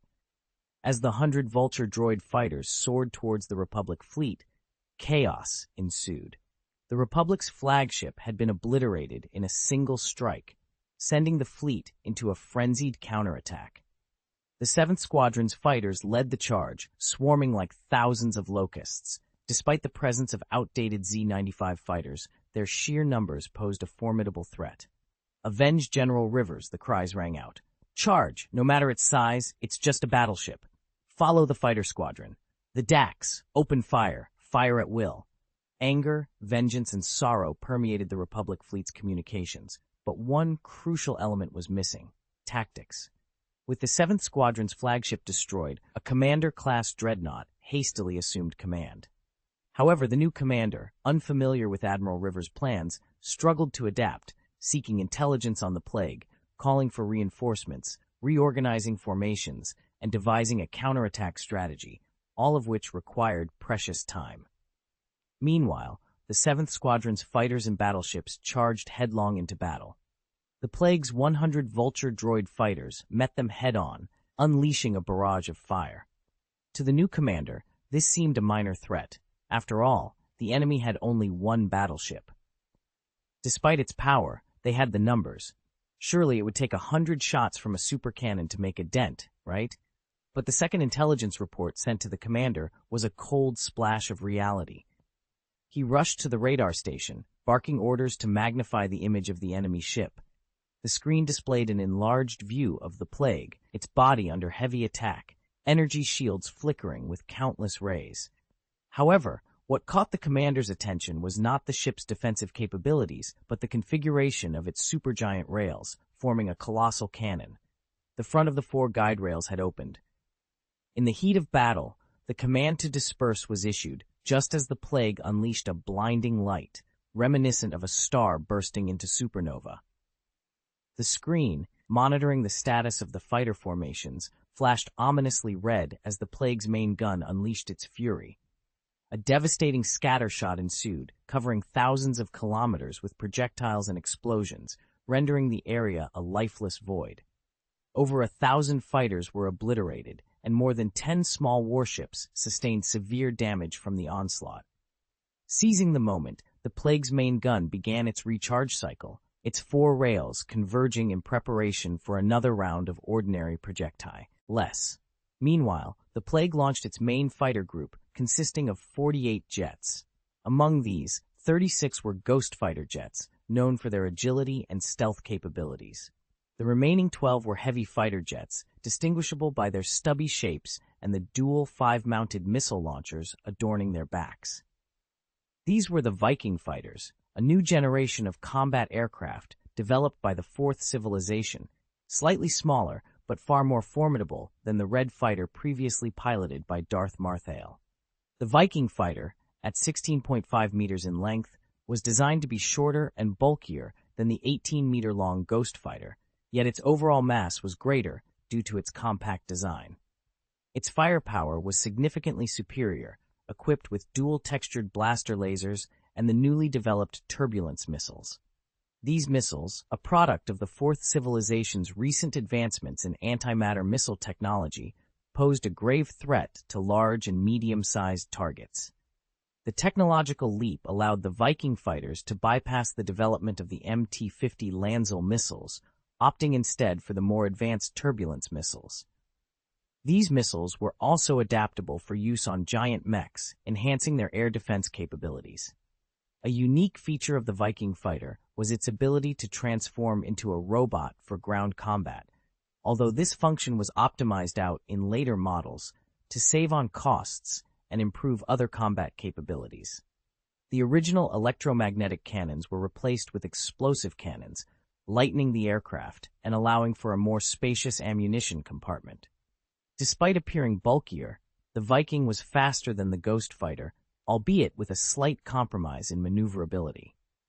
The demand for energy increased, but the Fourth Civilization's integration of their technology with that of the Star Wars universe resulted in a more powerful energy engine capable of meeting these demands. Tang Xiao, the visionary behind the Viking fighter's development, instructed the research department to work on both deformable and non-deformable versions. The mass-produced models were the non-deformable ones, which, without the transformation mechanism, could accommodate a more potent energy core and a shield generator, significantly enhancing their combat prowess. Tang Xiao himself piloted a custom-made elite Viking fighter, larger and equipped with the latest technologies, making it a formidable force in battle. The Fourth Civilization continued to produce the transformable version of the Viking fighter, albeit in limited quantities. These versatile fighters were poised to play a pivotal role in future battles, showcasing the technological marvels and strategic genius of the Fourth Civilization. In the midst of the ongoing galactic civil war, the ability to transport troops efficiently has become more crucial than the sheer number of soldiers. Viking fighters, capable of both aerial combat and ground landings, have emerged as a cost-effective solution. Unlike their portrayal in games, these fighters are equipped with blaster cannons for air combat and missiles for ground attacks. The introduction of Viking fighters does not render Ghost fighters obsolete. The latter's precision in targeting smaller crafts makes them indispensable. The Ghost fighter fleet is undergoing an upgrade to the Wraith model, which promises enhanced capabilities without the need for production line modifications. During a strategic assault on the Plague, the Fourth Civilization's elite naval forces, including newly commissioned Viking fighters, launched an attack on the 7th Squadron of the Galactic Republic. The squadron, already reeling from a devastating attack by the Plague, found itself outmatched. The Viking fighters, utilizing stealth technology, targeted the Republic's CR-70 frigates with a barrage of advanced missiles. The antimatter warheads, guided by AI to evade defensive fire, breached the frigates, shields and armor, resulting in their catastrophic destruction. However, the Republic's 7th Squadron eventually regrouped under the leadership of a commander-class dreadnought. By analyzing the situation, they identified a tactical approach to exploit the Plague's vulnerabilities. The Plague's formidable armament, primarily oriented for frontal assaults, was less effective against maneuvers that flanked its position. The Republic's forces adapted their strategy accordingly, aiming to outmaneuver the Plague's direct firepower. Severance Tan, commanding the Plague, remained undeterred by the Republic's tactical shift. She ordered the Plague to maintain its course and accelerate, intent on breaching the Republic's defenses at all costs. The Plague's fighter jets, though outnumbered, served as a distraction to protect the main fleet from the Republic's counterattacks. As the battle intensified, the Republic's largest battleships, including two 8,000-meter-long commander-class dreadnoughts, engaged the Plague with their full firepower. The conflict showcased the strategic depth of galactic warfare, where technological advancements, tactical ingenuity, and the will to persevere shaped the outcome of battles. The 7th Squadron's fleet boasted its largest main battleships, one Governor-class battleship stretching 4,000 meters in length and 3 Prosecutor-class battlecruisers, each measuring 2,500 meters. Despite being relics from a bygone era, their sheer size rendered them suitable for defensive or blockade operations, even though they paled in comparison to the offensive capabilities of the more modern Chaser-class battlecruisers. The HMS Plague, a titan among ships, found itself under a relentless barrage of turbo laser fire, causing its deflection shield readings to plummet rapidly. General, the enemy fleet's firepower is overwhelming. Our shields will hold for no more than 10 minutes, reported the technicians from the shield department to Severance Tan with urgency. Standing to the side, arms crossed, Darth Lilum interjected, "Why haven't we fired the main gun? It could at least take out the enemy's new flagship." Severance Tan shot her a glance. "Patience. Given the current energy focus of the enemy's flagship on their shields, our main gun would require 2 shots to destroy it. It's more strategic to wait for the opportune moment to strike with a single, decisive blow." Darth Lilum let out a laugh. "So, you're waiting for the Trade Federation's fleet? The war has dragged on, yet they've made no move.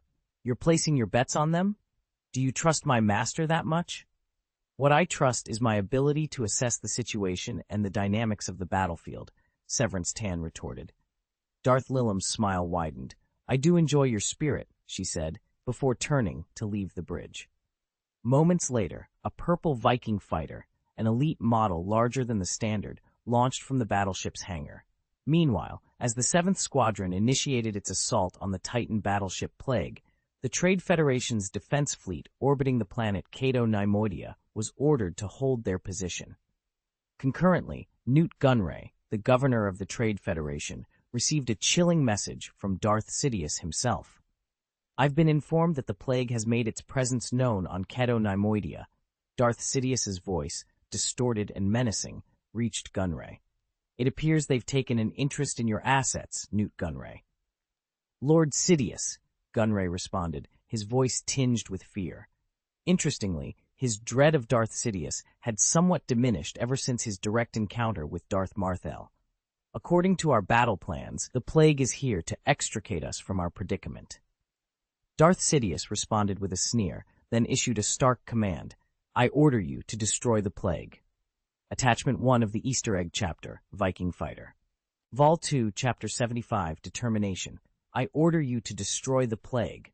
Darth Sidious's voice was eerie, filled with a terrifying and distorted tone.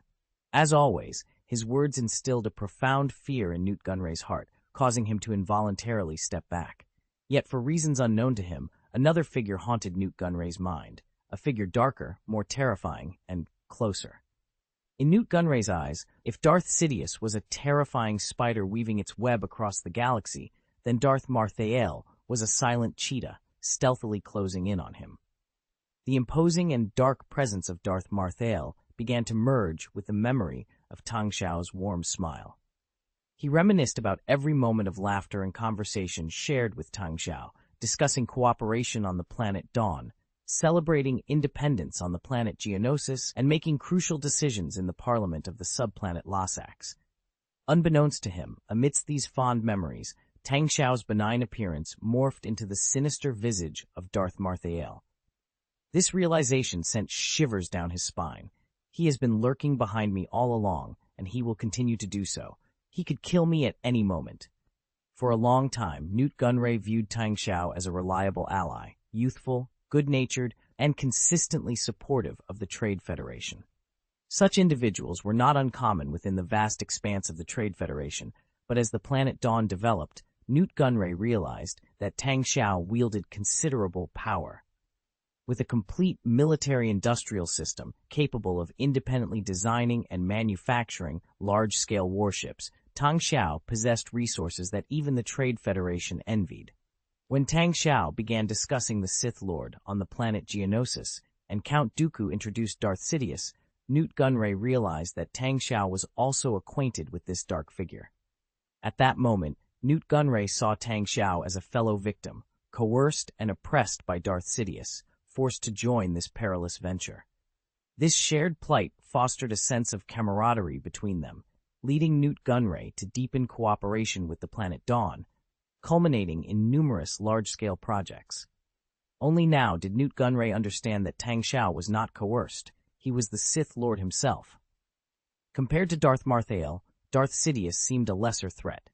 With newfound courage, Newt Gunray voiced his concerns. "Sir, this action may have severe repercussions. After the destruction of the Fang battleship, the plague has become a beacon for the separatist forces. The media reports on the plague situation daily. If it's destroyed because of me, then—" "Coward," Darth Sidious bellowed. "Have you forgotten our plan? I desire this republic, this galaxy, not merely a civil war.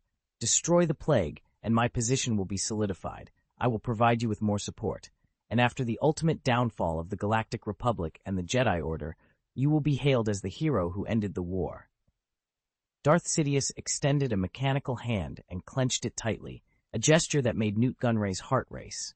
He recalled that about 10 years ago, Galactic Council Speaker Sheev Palpatine had started wearing a glove on his left hand. At this moment, Newt Gunray's mind was filled with a sense of inevitability. What Darth Marthael had predicted was coming to pass. Sidious was indifferent to the war's outcome because he was destined to emerge victorious regardless. "In that case, even if we do—" Newt Gunray hesitated, the weight of his decision pressing heavily on his shoulders. "I cannot hesitate. If word of this reaches Lassax, Count Dooku will surely not spare me." "My lord, this deviates from our original plan," he voiced his concerns to Darth Sidious. Darth Sidious, with a stern expression, reassured him. "Do not fret over Count Dooku. He is but my apprentice and will not harm you. Now, proceed with our plan. Destroy the plague. With this, we move one step closer to our ultimate goal." Reluctantly, Newt Gunray could not find it in himself to defy Darth Sidious directly. With a heavy heart, he agreed. "Yes, yes," and hastily ended the communication, not realizing the abruptness of his action was akin to hanging up on his superior. After taking a moment to collect his thoughts, Gunray turned his attention to the battlefield hologram transmitted from the planet Cato Nemoidia. The hologram displayed the massive Titan battleship Plague charging forward at full speed, with the Republic's 7th Squadron's ships encircling it. The most formidable among them were the Commander-class ships, measuring 8,000 meters in length, followed by the 4,000-meter Governor-class and the 2,500-meter Prosecutor-class ships. With determination, Newt Gunray made his decision. He grabbed the communicator and commanded, "Tokez, deploy your fleet immediately. Intercept the battleship HMS Plague." A short Nemoidian man, wearing glasses, appeared in the holographic projection and promptly responded, "Yes, Governor."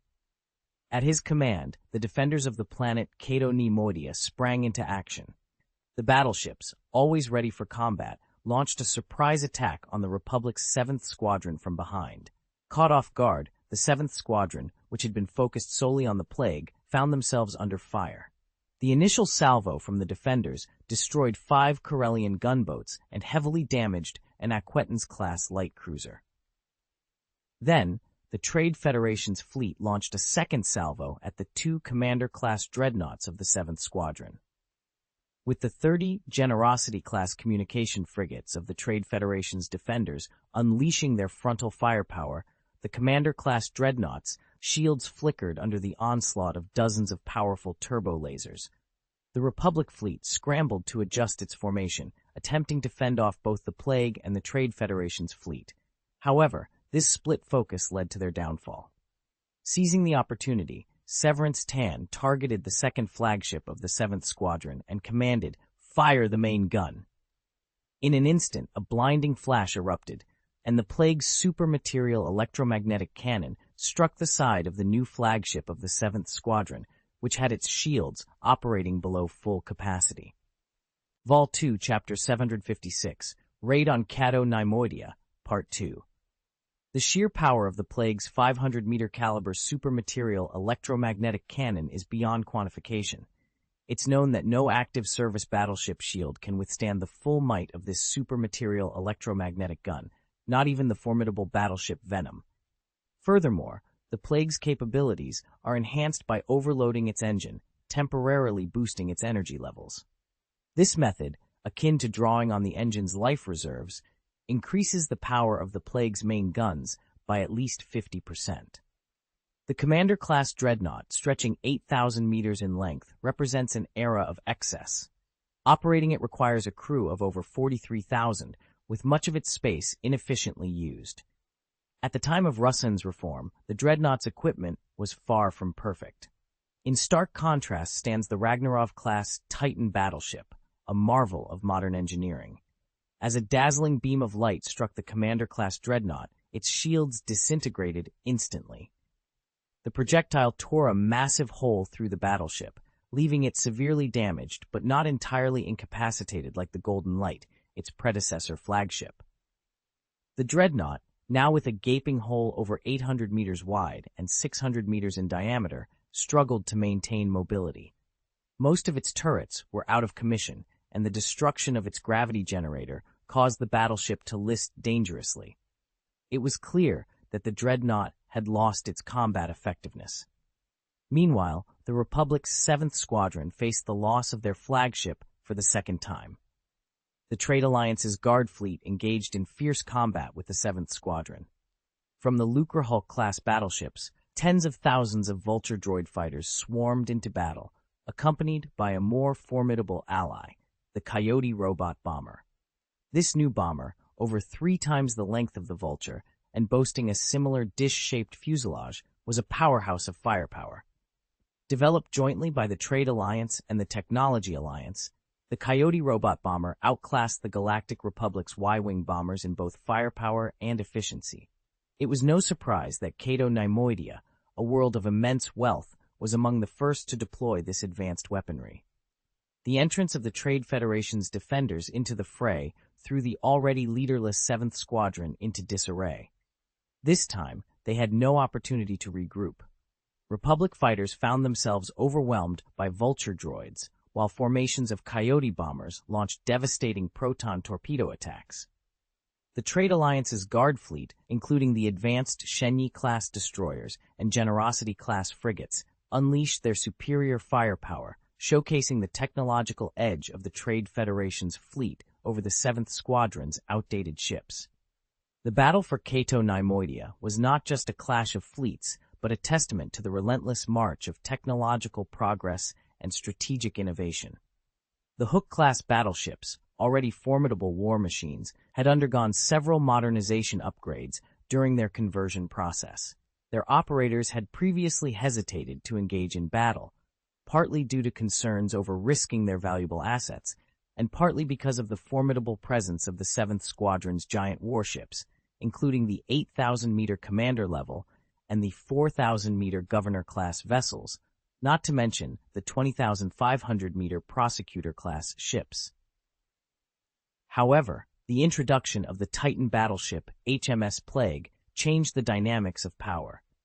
Its 500-meter caliber guns, capable of firing 3 times and destroying 2 commander-class dreadnoughts along with over 1,000 fighter jets, instilled fear in the hearts of the Republic fleet's operators. The battle quickly spiraled out of control, with the 7th Squadron's battleships maneuvering chaotically, unable to coordinate their actions effectively. The HMS Plague, having demonstrated the overwhelming power of its main guns, shifted its strategy. It ceased overloading its engines and instead utilized its other formidable weapons. Even without the main gun, the Plague's powerful energy core enabled it to unleash devastating firepower. Its heavy X-ray turrets emitted rays that wreaked havoc on the enemy, leaving the 7th Squadron with no chance to retaliate effectively before the Trade Federation fleet could intervene. The Plague's display of power served as a stark reminder to the Republic's officers and soldiers of the true might a colossal ship could wield. Amidst the chaos, a commander-class dreadnought, previously damaged by the Plague, continued to suffer. The Republic's soldiers aboard, though valiant, found their efforts futile as they attempted to retaliate with the ship's remaining turrets. The damage inflicted by the Plague's main gun worsened, tearing the ship apart. A prosecutor-class battlecruiser attempted to stabilize the dreadnought with a tractor beam, but the task proved impossible due to the sheer size of the damaged vessel.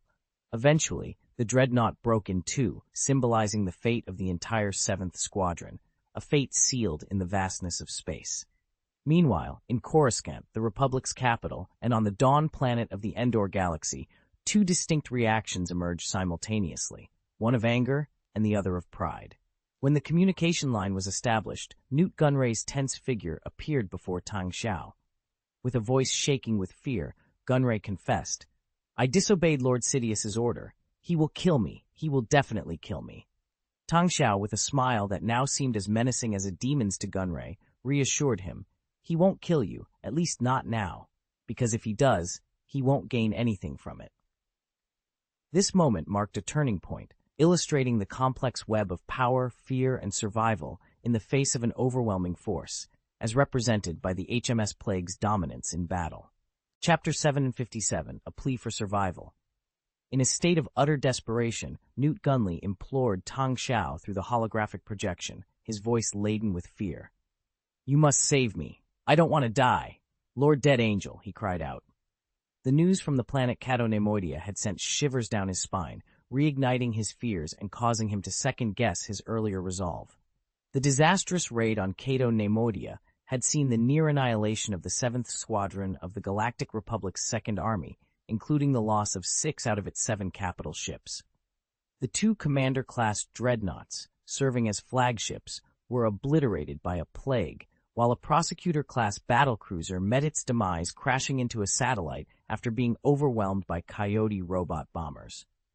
The remaining fleet suffered heavy losses, with only 1 commander-class dreadnought limping back, severely damaged. Out of 3,000 fighters, barely 800 returned, and the casualty list of the Republic Navy exceeded 200,000. In the aftermath, the Titan battleship Plague remained at Cato Nemoidia, joining its defense and undergoing repairs. This prompted the Galactic Republic to recall all reinforcements previously dispatched to the planet, much to Darth Sidious's fury. He had hoped to use this opportunity to destroy the Plague. It was no surprise that upon seeing the battle report, Newt Gunray's courage faltered, and he sought refuge with Tang Xiao. "You should address me as Tang Xiao, or perhaps Governor Tang Xiao," Tang Xiao corrected with a smirk. "Lord Sidious will definitely kill me. He will." Newt Gunray stammered in panic. "Relax. He won't leave Coruscant on a whim," Tang Xiao reassured him. "As long as the war continues, you're safe." "But he will. You will." Newt Gunray struggled to articulate his fears, resorting to vague gestures. "Do you mean this?" Tang Xiao interjected, raising his hand slightly. A gentle force brushed against Newt Gunray's neck, causing him to leap up in terror and collapse to the ground. "I could protect you from Darth Sidious in this manner, but that would reveal our connection. It might bring you even more trouble," Tang Xiao explained, his smile taking on a sinister edge. "Then he will definitely kill me. He will." Newt Gunray was beside himself with fear. "Seek out Count Dooku," Tang Xiao suggested calmly. "Count Dooku? But he's Darth Sidious's apprentice. That would be signing my own death warrant," Newt Gunray exclaimed in shock. "No, Count Dooku has been deceived by Darth Sidious. Nobody wants to be a pawn," Tang Xiao said, his smile reassuring. "Approach Count Dooku and inform him that Sidious ordered you to destroy the Plague, and you failed. That's your message." "This will surely lead to my death," Newt Gunray protested. Tang Xiao's smile grew more menacing. "This is your only path to survival, Newt Gunray. If you've dared to come to Dawn Planet now, then you must understand that any other choice leads to a swifter demise." With a flick of his fingers, Tang Xiao's dark force once again caressed Newt Gunray's neck, a chilling reminder of the precarious balance between life and death. Newt Gunray sat on the ground, his expression blank and despondent. After what felt like an eternity, he managed to stand up, his body trembling with the effort. Nearby, Helmut Zemo's voice broke the silence, addressing Tang Xiao. "Are you certain this plan will succeed?" Tang Xiao, seated at his desk, yet gazing thoughtfully out the window, responded with a calm assurance. "It has to succeed. The formation of the trade alliance is merely the initial step. My ultimate goal is to sever Count Dooku's ties with Darth Sidious completely. It's the only way we can hope to survive the impending war. I'm prepared to pay any price to achieve this." Zemo, intrigued, followed up. "Is that why you've kept Palpatine's true identity a secret?" Taking a sip of his now cold coffee, Tang Xiao elaborated. "The Jedi Order remains a formidable force. We need to wait until the war has further diminished their strength. Revealing Pa. Alpatine now would mean losing Count Dooku as an ally, leaving us to confront Darth Sidious alone, a path that leads only to destruction. With those words, he stood, donned a black cloak, and made his way to a secret hangar within the Glory Mothership. There, his personal aircraft, the Red Comet, awaited him, equipped with an additional, fiercely horned elite Viking fighter. He set off towards the planet of Hoth, where a new conflict was beginning to stir. Meanwhile, Newt Gunray, gathering all his courage, traveled to the planet Sereno to meet with Count Dooku. Upon arrival, he did not hold back any details, recounting the Titan battleship Plague's assault on Cato Neimoidia. He confessed that Darth Sidious had ordered him to seize the opportunity to destroy the Plague, but he had not only failed to do so, but had also allied with the Plague to annihilate the Republic's 7th Squadron. Count Dooku listened to Gunley's account in silence. After a moment, he stood and, with a gesture, activated a holographic projection. The screen flickered to life, displaying the official news channel of the Confederation of Independent Galaxies. The footage showed the aftermath of a devastating battle outside Cato Neimoidia, with the wreckage of Republic battleships scattered across space. The remains of 2 Commander-class dreadnoughts were prominently featured, one cleaved in half and the other smashed into a crater, images that were both shocking and sobering. Vol 2, Chapter 758, The Weight of Decisions. Staring at the holographic projection before him, Newt Gunray was visibly stunned. It was then that Count Dooku's deep, magnetic voice filled the room. "I'm not privy to the details of your dealings with the so-called Dead Angel, nor do I wish to be. However, what you see before you should make it abundantly clear what the Dead Angel has been leveraging." "He's been manipulating public opinion?" Newt Gunray ventured, uncertainty lacing his voice. "Exactly," Count Dooku confirmed, his tone grave. "I suspect he had this in mind while promoting the battleships of the Fang and the Titan of the Plague. He likely anticipated the Fang's destruction, a move that, due to our prior propaganda, placed public opinion on the brink of explosion. Yet it was the Plague's remarkable actions on the planet of Tregalus that momentarily quelled the brewing storm. So, with the Fang destroyed, the Plague now stands as the sole beacon of hope for the Confederation of Independent Systems." Newt Gunray pondered aloud, the realization dawning on him. "In terms of Star Warships and generals, yes," Count Dooku agreed, stroking his snow-white beard thoughtfully. "Had it not been for General Grievous inflicting significant damage on the Republic fleet during the ceremonial offensive, I would be compelled to award Admiral Severance Tan the Martial Scepter as we speak." Newt Gunray's complexion paled. "So, if I were to destroy the Plague, I would be branded a traitor not only to the Confederation of Independent Systems, but to the Galactic Republic as well?" Count Dooku's addition seemed to weigh heavily on him. Deflated, Newt Gunray hung his head. "But, Lord Sidious, he will have me killed. He surely will." Observing the fear-stricken figure before him, Count Dooku's eyes briefly flickered with disdain. Yet, considering Newt Gunray's vast wealth, he managed to smile. "Lord Sidious won't kill you, though I have no doubt he'll be furious at your defiance. You must protect me. He will have me killed. I don't want to die," Newt Gunray pleaded. "Why seek me out instead of the Dead Angel?" Count Dooku inquired, curiosity piqued. "I couldn't locate him. He vanished after declaring his intent to win the war and threatening my life. His whereabouts remain a mystery to me." Newt Gunray explained, his voice tinged with desperation. Despite his fear, Newt Gunray maintained a composed facade, a skill he had honed under Darth Marthael's tutelage, allowing him to weave half-truths seamlessly. "He intends to win this war?" Count Dooku mused, pondering the implications. "So he believes Sidious isn't interested in victory?" Newt Gunray nodded, his gaze fixed on the ground. Count Dooku snorted dismissively. "You'd do well to steer clear of the affairs between Darth Sidious and the Dead Angel. Their machinations, steeped in the dark and powerful arts of the Sith Lords of old, are beyond your comprehension." Yet, despite Count Dooku's warning, Newt Gunray couldn't help but wonder why Dooku regarded the Dead Angel, who appeared so young, as a formidable entity from a bygone era. "I was caught off guard. The Plague's sudden appearance in Cato Neimoidia left me utterly unprepared," Newt Gunray confessed. Count Dooku's response was a sneer. With a flick of his finger, a black communicator flew into Newt Gunray's hands. "Apologize to Lord Darth Sidious." Reacting as if the device burned him, Newt Gunray recoiled. "No, no, no! He'll kill me. He will. He explicitly ordered me to eliminate the plague, and I failed."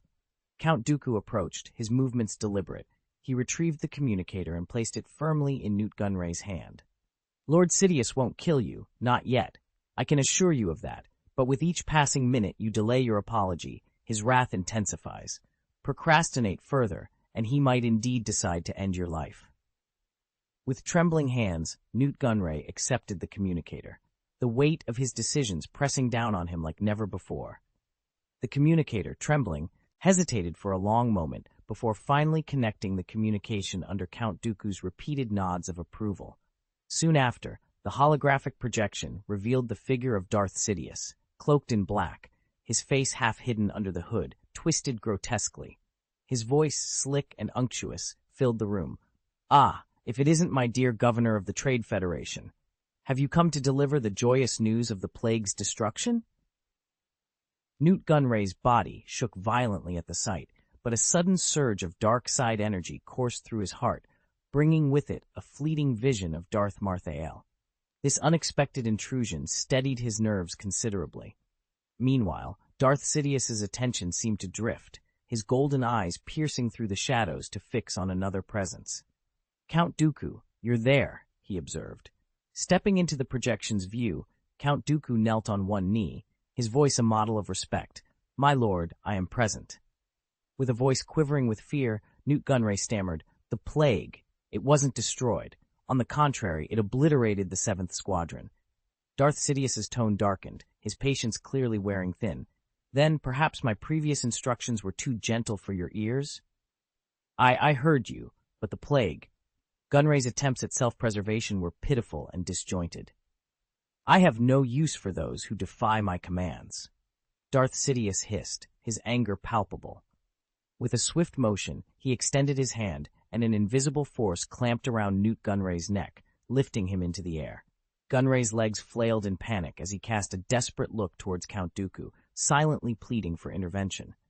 However, Count Dooku remained motionless, offering no sign of assistance. After what seemed like an eternity, with Gunray's eyes rolling back in distress, Darth Sidious finally released his grip. Gunray was hurled across the room, crashing onto a table before rolling to the floor, where he lay still. In the ensuing silence, Count Dooku spoke, his voice measured. "My lord, the plague's notoriety has spread throughout the Confederation of Independent Systems. Taking hasty action now could be imprudent, potentially jeopardizing your grand scheme." Darth Sidious's response was icy. "So, you propose an alternative?" Count Dooku's reply was firm. "Certainly, this task was beyond Newt Gunray's capabilities." Vol. 2, Chapter 759, Prepare for War. In the outer reaches of the Milky Way, within the Anot star region of the Hoth galaxy, lies the 6th planet, Hoth. Unlike its neighboring planets, Hoth boasts a barely breathable atmosphere, barely meeting the criteria for habitability.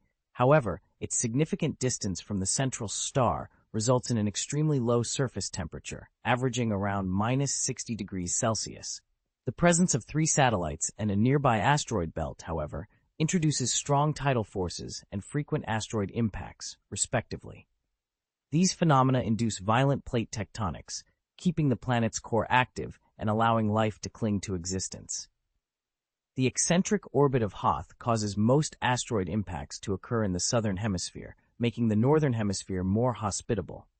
Here, in the vast caves carved out by crustal movements, temperatures can rise to a less lethal -30 degrees Celsius during the day. These caves are home to a unique fungal spice, which, while only of above-average quality among the galaxy's diverse spice varieties, is nonetheless a valuable resource. Under normal circumstances, Hoth would remain a desolate and seldom visited planet, its only visitors being the occasional spice traders from nearby Bespin. However, the arrival of Tang Xiao and the subsequent rise of the Fourth Civilization have breathed new life into this icy world. Following the fall of Bespin into the hands of the Fourth Civilization, Tang Xiao decided to establish a base on Hoth, leveraging its proximity to Bespin to expand their defensive perimeter and outpost network. This decision proved to be astute, as Hoth's stable geothermal energy, abundant mineral resources, relatively docile fauna, and extensive hidden underground spaces made it an ideal location for a base. Unbeknownst to the Galactic Republic's intelligence, the Fourth Civilization has since transformed Hoth into a vital supply base for their fleet. Currently, Hoth harbors over 200 warships, all preparing for a planned assault on the planet Terminus. Additionally, a formidable ground force of 50,000 personnel, along with a vast array of armored vehicles, has been amassed here. The arsenal includes 250 M650 Mastodon armored personnel carriers, 50 M9 Wolverine anti-aircraft combat vehicles, 500 M12 Warthog off-road vehicles, 100 Wolf Warriors, 170 Giants, 250 siege tanks, and 300 Vulture vehicles. This mechanized force is further bolstered by 50,000 B-1 battle droids and 2,000 B-2 super battle droids, ensuring a high degree of automation in the upcoming operations. To accommodate the transportation of this massive army and its equipment, 3 Lucre Hook-class battleships have been requisitioned. This does not even account for the additional space needed for ammunition, food, medical supplies, and clothing. The deployment of such a large-scale ground force marks a first for the Fourth Civilization, highlighting the strategic importance of the planet Terminus and the lengths to which they are willing to go to secure victory. Guxing's strategy was not to engage in a prolonged conflict. Instead, they aimed for a swift and powerful offensive to conquer the planet in a single stroke, thereby completely altering the strategic landscape. They planned to encircle the headquarters of the 18th Army of the Republic, located on the formidable planet of Eliadu, from 3 different directions. To accomplish this military objective, the Fourth Civilization amassed a formidable fleet comprising 40 Cole-class battlecruisers, 20 Sova-class aircraft carriers, 10 Martha-class heavy cruisers, 10 Higera-class battlecruisers, 15 Generosity-class communications frigates, and 5 Lucrehook-class battleships. The fleet was further supported by a variety of auxiliary vessels, including the Blue Sky-class command ship, the Xingzi-class maintenance drone carrier, the Brown Bear-class heavy destroyer, and the Guard-class light air defense destroyer, totaling nearly 100 ships. Despite maintaining necessary defensive forces on other fronts, the UR's fleet represented a significant portion of the Fourth Civilization's naval power. Admiral Matt Horner, a seasoned commander of the Fourth Civilization, was appointed as the supreme commander of this formidable force, overseeing both the fleet and ground operations. The ground forces were led by Army Major General Xiao Guanghua, a veteran who had grown more composed with age, earning him this critical assignment. The battle was further intensified by the participation of 2 Jedi Masters, Glyn Beatty and Aiden Ward, who, after being resurrected by Darth Malthael and succumbing to the dark side, joined the fray. Upon the arrival of the elite Viking fighter Red Comet at the concealed hangar platform on the planet Hoth, Army Commander Xiao Guanghua, along with a contingent of soldiers, personally welcomed it. However, Darth Malthael did not disembark immediately due to an ongoing communication with Newt Gunray. "I was nearly killed, Lord Mortal Angel. Sidious almost killed me," Newt Gunray lamented. "But you survived, Newt Gunray. That's precisely why I advised you to seek out Count Dooku," Darth Malthael responded calmly. "Count Dooku had no intention of saving me," Gunray retorted bitterly. "Even if he hadn't intervened, you wouldn't have died. As the leader of the Trade Federation, they would have inflicted physical pain at most," Darth Malthael explained. "Then why did you send me to him?" Gunray asked, frustration evident in his voice, yet he quickly subdued his anger upon seeing the figure in the holographic projection. "Why did you so readily obey Darth Sidious in the first place?" Darth Malthael countered. "That's because—" Gunray found himself at a loss for words. "I'm teaching you how to take control of your destiny," Darth Malthael stated. "What does this have to do with Count Dooku?" Gunray inquired, still confused. "It has everything to do with it. You should realize by now that your fate is intertwined with that of the Confederation of Independent Systems. As long as the Confederation exists, so does your purpose. If the Confederacy falls, you become irrelevant," Darth Malthael explained. "But Count Dooku, the leader of the Confederation of Independent Systems, is also Sidious's apprentice," Gunray protested. Darth Marthale smiled enigmatically. So what if he wasn't? Vol 2, Chapter 760, A Critical Junction. Newt Gunley's face was etched with horror as he stammered, You mean? Darth Marthale responded with a cold indifference. You've overlooked a crucial fact for quite some time. The Confederation of Independent Systems is sustained by the Trade Federation, the Interstellar Banking Clan, the Techno-Union, and other such mega-corporations. Without their support, the Outer Rim territories would stand no chance against the Republic's industrial might. Newt Gunley found himself at a loss for words.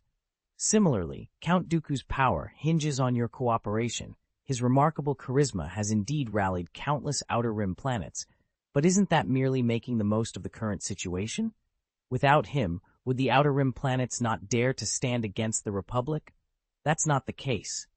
Darth Marthale elaborated. You want me to take his place? Newt Gunley finally managed to voice the audacious thought. Why? Darth Marthale countered. To remove Count Dooku from the equation? Ha! He let out a sneer before concluding, We will meet again, Newt Gunley. For now, your life is spared. After ending the communication, Darth Marthale exited the cockpit and descended. Xiao Guanghua and a contingent of soldiers had been awaiting his arrival. Their patience was evident. They stood erect, chests puffed out, saluting with military precision. Lord Death Angel. The moniker Death Angel was known only to the upper echelons of the Fourth Civilization. Typically, his appearance heralded his role as the Death Angel. Simultaneously, a stand-in for Tang Xiao would be arranged. For instance, at this moment, a T-850 model, an exact replica of Tang Xiao, was enjoying Arya Isabella's performance at the Dawn Planet Theater. Xiao Guanghua, one of the elders, was well aware of this. The current Xiao Guanghua bore little resemblance to the man captured a decade ago during the impulsive Battle of Naboo. Now sporting a beard, his face showed signs of hardship, yet his eyes sparkled with the same intensity as they did 10 years ago. How are the battle preparations coming along? Darth Marthale inquired. Admiral Matt Horner has positioned the fleet at the designated location, concealed and ready. Should the anticipated event occur in the target area, our fleet can swiftly respond and strike, Xiao Guanghua reported as they made their way to the command center. If the fleet is prepared, why is the ground force still here? Darth Marthale demanded, gesturing towards the tanks, armored vehicles, and mechs still housed in the hangar. Xiao Guanghua hurriedly explained. The Lukrihuk-class battleships, intended for troop transport, were detected by a Republic outpost while navigating the hyperspace channel. They're currently rerouting and employing camouflage to obscure our true attack vector. It's not too late. The Republic cannot remain fixated on General Grievous's diversionary tactics indefinitely. We must seize Terminus, Darth Marthale declared emphatically. Understood, Xiao Guanghua affirmed, nodding before continuing his inspection of the base. He surveyed the vast caches of weapons and supplies, as well as the battalions of fully armed soldiers. Deep within the base, a massive iron gate sealed off a large warehouse. Emblazoned on the gate was the logo of the Umbrella Biopharmaceutical Group, a symbol of the Fourth Civilization's new leadership under Annette Birkin. The significance of this emblem was not widely known. 22 BBY, October 3rd, Terminus. Positioned at the nexus of two major hyperspace routes, the Hydia Channel and the Corellian Trade Spine, Terminus thrived despite its remote location. Commerce and trade were the lifeblood of the planet. Its proximity to the western reaches and the unknown regions made it a melting pot of species and spacecraft. Despite its remote location, the planet Terminus stands as a bustling hub of activity, thanks to its strategic position at the intersection of two major hyperspace routes, the Hydia Channel and the Corellian trade route. This unique location ensures Terminus's prosperity, with commercial trade serving as the lifeblood of the planet. Its proximity to both the Western Territory and the unknown regions introduces a diverse array of species and spacecraft, markedly different from those commonly seen within the Galactic Republic. The planetary government of Terminus has formally aligned itself with the Galactic Republic, yet it fiercely maintains a high degree of autonomy. The Galactic Republic, for its part, seems content to overlook this distant world, deeming it too remote to warrant close scrutiny. This lack of attention has allowed Terminus to become a haven for smugglers, bounty hunters, and criminals of all stripes, much like many other trade worlds in the Outer Rim. Among the shadowy figures that haunt Terminus, the influence of the Hutts is unmistakable. The Gornsla tribe, led by the Hutt Oruba Grensla, wields considerable power here. Oruba's ambitions are grand. He dreams of transforming Terminus into a criminal empire to rival Jabba the Hutt's stronghold on Tatooine. However, his plans are in their infancy, and the Hutt's grip on the planet is far from absolute. The outbreak of the Galactic Civil War brought a new dimension to Terminus's precarious position. In a bold declaration, the planet proclaimed its neutrality, refusing to allow the fleets of the warring factions to use the hyperspace lanes in its vicinity. This stance has only added to Terminus's allure, making it a focal point for those seeking to exploit the chaos of the galaxy for their own ends. Attachment 1 of the Easter Egg chapter, the bustling spaceport of Terminus. The spaceport of Terminus is a hive of activity, a melting pot where beings from across the galaxy converge. Ships of every conceivable design dock here, their crews mingling with the local populace in an ever-shifting tapestry of alliances and enmities. Amidst this chaos, the ambitions of Oruba Grensla simmer, promising to shape the destiny of Terminus and perhaps the galaxy itself. Vol 2, Chapter 761, The Battle of Terminus breaks out. The spaceport managed the credit ingots and walked away without uttering a word. As for the mention of Christians, in the vast expanse of the galaxy, if there's one thing that's not in short supply, it's the variety of religions. While their teachings and beliefs may differ, they share a common trait, religious fanaticism. Hence, it's wise to steer clear of any religious zealots, regardless of their creed. The man in black paid no heed to such warnings. He led a group of individuals, mockingly referred to as cultists, into the shadows of the night. These individuals were part of a group that had long been forgotten, once infamous by the name of Bando Gosa, a cult organization eradicated by Tang Xiao and Darth Maul.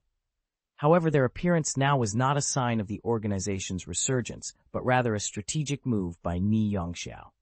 He had acquired a secret spice formula from Tang Xiao, originally belonging to Bando Gosa, to execute their current plan. This plan involved using Tatooine's notorious spice, Death Rod, enhanced with unique ingredients to create an even more potent variant. This concoction could drive individuals to a state of extreme euphoria, reducing them to mere beings of instinct, devoid of rational thought. With the assistance of an insider, these mindless beings infiltrated Firmos City on Terminus planet. They weren't alone. Similar groups were scattered across various locations on the planet, engaging in sporadic acts of violence. Murder, destruction, theft, arson, no atrocity was off limits for them. Simultaneously, an unusual quantity of spices, predominantly Death Rod, flooded the black market of Terminus. Being a moderately priced spice, the Death Rod was accessible to many, and its sudden availability at low prices caused a frenzy on the black market. Unbeknownst to the buyers, a fraction of these spices had been tampered with.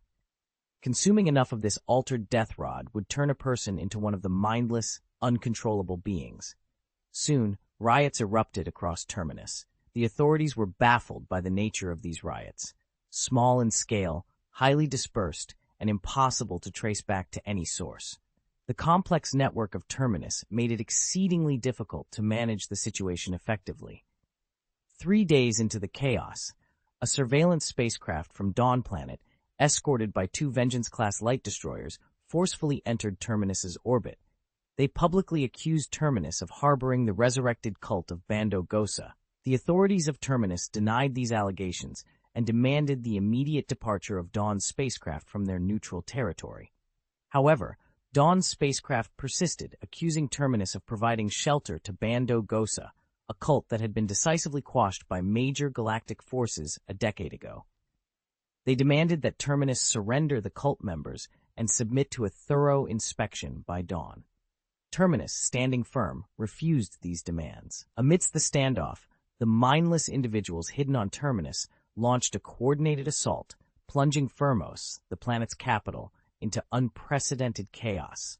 Hundreds of them swarmed the streets, attacking anyone in sight. This development was quickly discovered by Dawn's surveillance team, which then held Terminus accountable for the turmoil. Faced with undeniable evidence, Terminus had no choice but to agree to a comprehensive investigation of the entire planet and expressed gratitude for the intervention.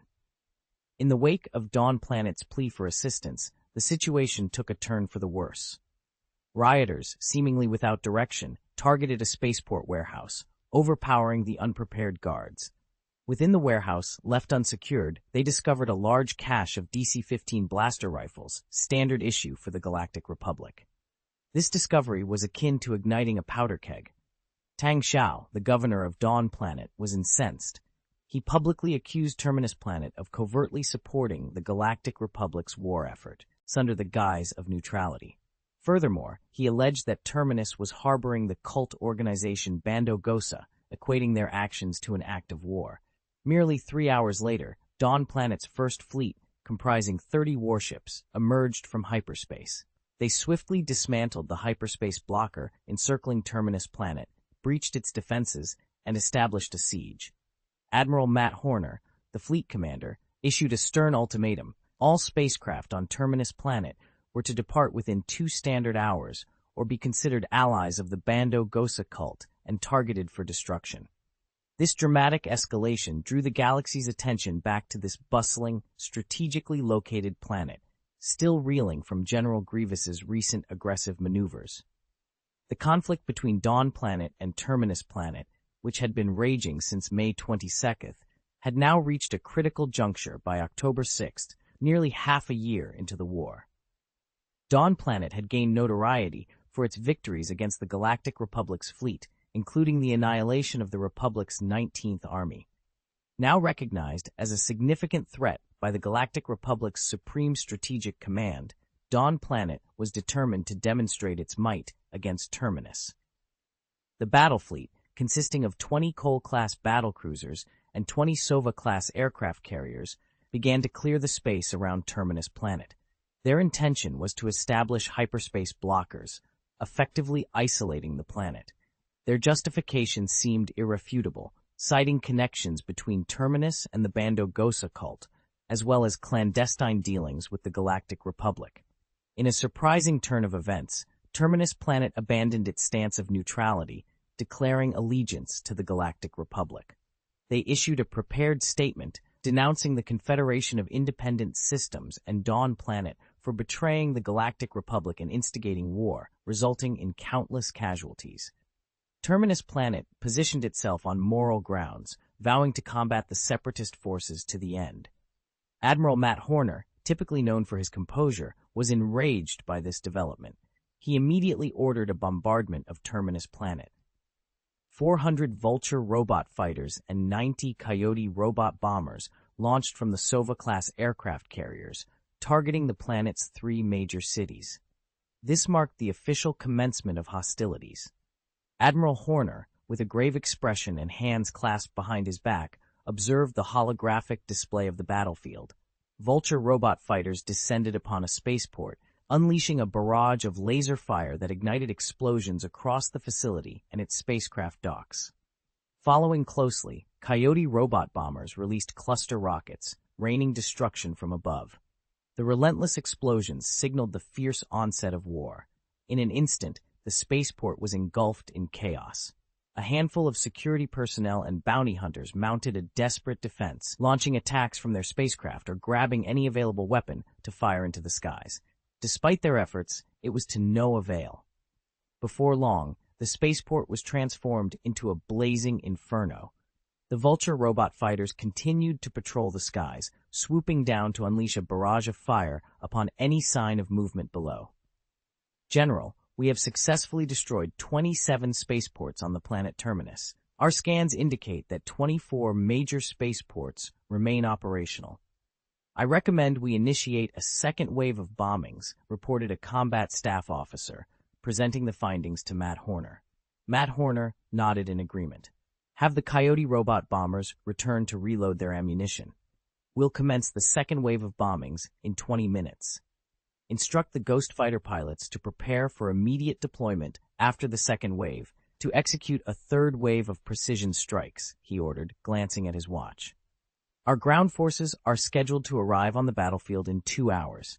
We must secure air superiority before then to ensure a smooth landing. Understood. The combat staff officer saluted sharply before proceeding to coordinate the operations. The initial air raid had inflicted significant damage on Terminus, while the Fourth Civilization fleet suffered minimal losses, with only 20 Vulture robot fighters downed, a negligible cost. As the Coyote bombers made their way back to the Sova-class aircraft carrier to reload with surface-to-surface missiles, cluster rockets, and incendiary bombs, an alarm abruptly pierced the silence on the flagship. General, a hyperspace jump has been detected. The energy fluctuations are massive. It's a fleet, exclaimed a radar operator, turning to Admiral Matt Horner with urgency. Matt Horner was taken aback. Could it be the Galactic Republic's fleet? General, could the Republic have anticipated our move? Inquired a combat staff officer. Given Terminus Planet's response, it seems likely. The Republic understands the strategic value of this planet to us. Prepare to engage the enemy fleet and deploy the Ghost Fighters immediately, Matt Horner commanded. Should we halt the bombing of Terminus? The combat staff officer asked for clarification. Pause it, Matt Horner confirmed with a nod. Moments later, a blinding white light erupted from the opposite direction of Terminus, heralding the arrival of 10 Chaser-class battlecruisers. Without hesitation, these cruisers launched an aggressive assault on the Dawn Planet fleet, opening fire. Charge the supermatter electromagnetic guns. Fire the first salvo as soon as the enemy ships are within range. Deploy 500 Ghost Fighters and ensure it's done within 20 minutes. Matt Horner issued a flurry of orders. General, the hyperspace fluctuations continue. More enemy ships are incoming, reported the radar operator. Matt Horner nodded thoughtfully before inquiring, how long until our reinforcements arrive? The hyperspace channel from Manfa to Terminus is relatively narrow. We managed to send 40 large warships through in one go, but we still have 3 Lucre Hook-class battleships waiting to pass. Once the channel stabilizes, it's estimated that it will take over 10 hours for the next batch of large warships to arrive, the combat staff officer explained. After the Lucre Hook-class battleships carrying our troops arrive, let's coordinate with other fleets on Manfa to send reinforcements in batches, Matt Horner decided. General, perhaps we should reconsider deploying the army. The space threat remains significant, the combat staff officer cautioned. Matt Horner shook his head firmly. We must proceed with the landing operation on the planet. Terminus must be secured as soon as possible. We cannot afford a prolonged tug-of-war with the Galactic Republic in space, the officer stated firmly. However, our fleet, including all 20 Sova-class aircraft carriers, is at a significant disadvantage in terms of fleet operations, the combat staff member pointed out, highlighting the strategic dilemma they faced. Matt Horner pondered for a moment before responding with determination. Execute the order. Yes, sir, came the immediate response. At that moment, an explosive laser beam fired by a Galactic Republic battleship streaked across space, causing ripples on the shield of a Fourth Civilization battleship. Despite the distance causing the laser beam's temperature to drop rapidly and its power to diminish, the impact was still manageable. As the two fleets drew closer, the 20 Cole-class battlecruisers unleashed the first volley from their 40-meter caliber supermaterial electromagnetic guns. However, only one shell found its mark, significantly damaging a Hunter-class shield, while the rest were evaded. This exchange highlighted the limitations of both energy and kinetic weapons in space combat. Energy weapons lose focus over long distances due to rapid radiation in the cold vacuum of space, while kinetic weapons, despite their theoretically infinite range and non-decaying power, are too slow over astronomical distances, making them easy to dodge. The Ting laser beam, a plasma sublight-speed weapon, sits between energy and kinetic weapons, suffering from both energy divergence and the ease with which it can be avoided. Despite these drawbacks, explosive weapons boast greater power and a faster rate of fire than kinetic weapons, offering some advantages. Yet, there exists a theoretical weapon that combines the benefits of both without their respective drawbacks, the particle light spear. However, this weapon remains undeveloped and confined to laboratory research. Following the initial exchange, the Republic fleet continued its advance, prompting the Fourth Civilization fleet to begin a strategic retreat to establish a defensive line. The Sova-class aircraft carriers deployed heavy unmanned missile platforms and launched ghost fighters to provide a protective screen around the warships, readying them for an imminent attack. But then, troubling news arrived. General, a large number of additional targets have been detected on the surface of the planet Terminus. It appears to be a hidden spaceport, and a significant number of Z-95 Headhunter fighter jets have launched from it, reported a radar operator. The combat staff member turned pale at the revelation. Do we proceed with the bombardment of Terminus? And what of the Republic fleet? The situation had suddenly become more complex, forcing them to reconsider their strategy in the face of these new developments. Vol 2, Chapter 762, Willing to Win. Is there still a hidden Republic fighter on the planet Terminus? Matt Horner frowned, his expression turning grave. This must be a trap. The Republic has been prepared for our actions for some time, luring us to Terminus planet just to spring this trap. What should we do then? Retreat, asked a combat staff member, his voice laced with anxiety. Our combat analysis has made it clear that now is the best opportunity to seize control of Terminus. Matt Horner's eyes blazed with determination as he spoke decisively. Ignore the distractions on Terminus. Our primary target is the planet itself. The Republic fleet has always been our greatest adversary. Let our ground forces handle the situation on the planet. Understood, came the unified response. Just then, the alarm sounded again, indicating that 20 Galactic Republic Aquitens-class light cruisers had emerged from the hyperspace channel, joining the fray. The continuous alarm signaling hyperspace fluctuations was particularly unsettling. Taking a deep breath, Matt Horner stared intently at the holographic star map and murmured, I hope our forces are up to this challenge. The fleet of the Fourth Civilization strategically retreated, breaking free from Terminus planet's gravitational pull. They formed a battle formation and recalled all fighters and bombers initially sent to attack the planet, preparing to engage the enemy in a full-scale fleet battle. The Galactic Republic's forces had a clear strategy. The Z-95 Headhunter fighters, hidden on Terminus, remained within the planet's atmosphere, avoiding direct confrontation with the Fourth Civilization's fleet. Given the Z-95 Headhunter's inferiority to the Ghost Fighter in previous encounters, this tactic of staying within the planet's protective atmosphere was wise. However, for Matt Horner, this meant another plan thwarted. The stage was set for a direct confrontation. Matt Horner's gaze sharpened as he commanded, Cole-class battlecruisers, ships number 11 to number 20, recharge the supermatter electromagnetic gun. Affirmative. Calculate the distance, lock onto the target, and fire, he ordered once more. The main guns of 10 Cole-class battlecruisers unleashed a volley, marking the beginning of the head-on clash. The Galactic Republic fleet pressed forward, and upon reaching the optimal range of 1 light minute, they unleashed their full firepower and deployed a vast number of fighter jets to assault the Fourth Civilization's fleet. Turbolaser cannons and heavy X-ray beams crisscrossed as thousands of fighters from both sides engaged in aerial combat. Despite the Galactic Republic's numerical superiority in fighter jets, the Fourth Civilization's fighters utilized stealth technology to their advantage. Both sides also introduced their latest generation of fighter jets into the battle. The Galactic Republic deployed over 300 ARC-170 fighters, while the Fourth Civilization introduced 100 Viking fighters, equipped with stealth capabilities, into the fray. As the battle raged on, more ships from the Galactic Republic joined the battlefield. After half an hour, 20 Dreadnought-class heavy cruisers entered the conflict.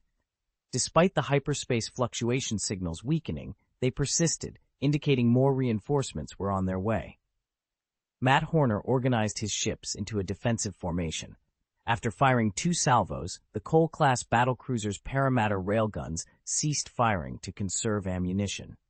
The two fleets continued to exchange fire, but the Republic fleet, arriving in waves, failed to concentrate their firepower effectively. Instead of advancing, they halted at a distance of 0.8 light minutes and began assembling their forces on the spot, with more warships still to arrive. Among them were 5 2,000-meter-long Invincible-class battlecruisers and 15 Carrack-class light cruisers, signaling the Republic's determination to win at all costs. Over 40 Corellian DP-20 gunboats arrived on the battlefield, marking the end of the reinforcements. This fleet, much like the Fourth Civilizations, represented one of the few mobile fleets the 18th Army of the Republic could spare, given the pressure of attacks from multiple fronts. The staggered arrival of these battleships wasn't due to a lack of coordination, but stemmed from the significant differences in their performance, age, size, and the capabilities of their hyperspace engines. Despite these challenges, the Republic fleet managed to secure a numerical advantage over the Fourth Civilization's forces. Once the fleet was fully assembled, the Republic recalled the 2,000 fighters previously deployed and launched a fresh wave of 2,000 fighters. The warships then formed a wedge formation and initiated an assault. Matt Horner, leading the fleet, opted for a cautious approach, focusing on defense. The Cole-class battlecruisers shielded the Sova-class aircraft carriers, which began to retreat to a safer distance from the combat zone. The possibility of the Galactic Republic's early intervention had been considered in the battle plans. However, the Supreme Command had decided on an immediate withdrawal in such an event. Matt Horner, after careful consideration, chose to continue the engagement. His decision was influenced by two main factors. The Republic fleet was not as large as anticipated, and more critically, the Fourth Civilization's desperate need for a new hyperspace route. The acquisition of planet Bespin had provided them with a strategic position on the main hyperspace lane, albeit in a limited capacity and under the blockade of the 18th Army of the Republic. Securing Planet Terminus was crucial for gaining additional strategic offensive directions and for the ultimate defeat of the 18th Army, thereby reversing their strategic disadvantages. Determined, Matt Horner resolved to press on. General, the Supreme Command has ordered an immediate withdrawal from the battlefield, in line with the battle plan, reported a combat staff officer, presenting an authorization message from the Supreme Command. After a moment of contemplation, Horner responded, "Reply to them. Based on the current frontline situation, our forces still have a chance to capture Planet Terminus. We request to continue with the offensive plan. Terminus is a must-win for our Fourth Civilization. I am a natural disaster." The combat staff officer, inspired by Horner's resolve, saluted sharply and echoed, "I am a natural disaster." With a decisive gesture, Horner commanded, "Signal all ships, fight to the death, for I am a natural disaster." Vol 2, Chapter 763, Ground Invasion.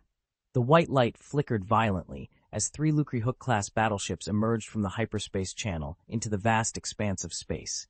The transition from hyperspace had been tumultuous, leaving 2 of the battleships almost vertical and perilously close to colliding.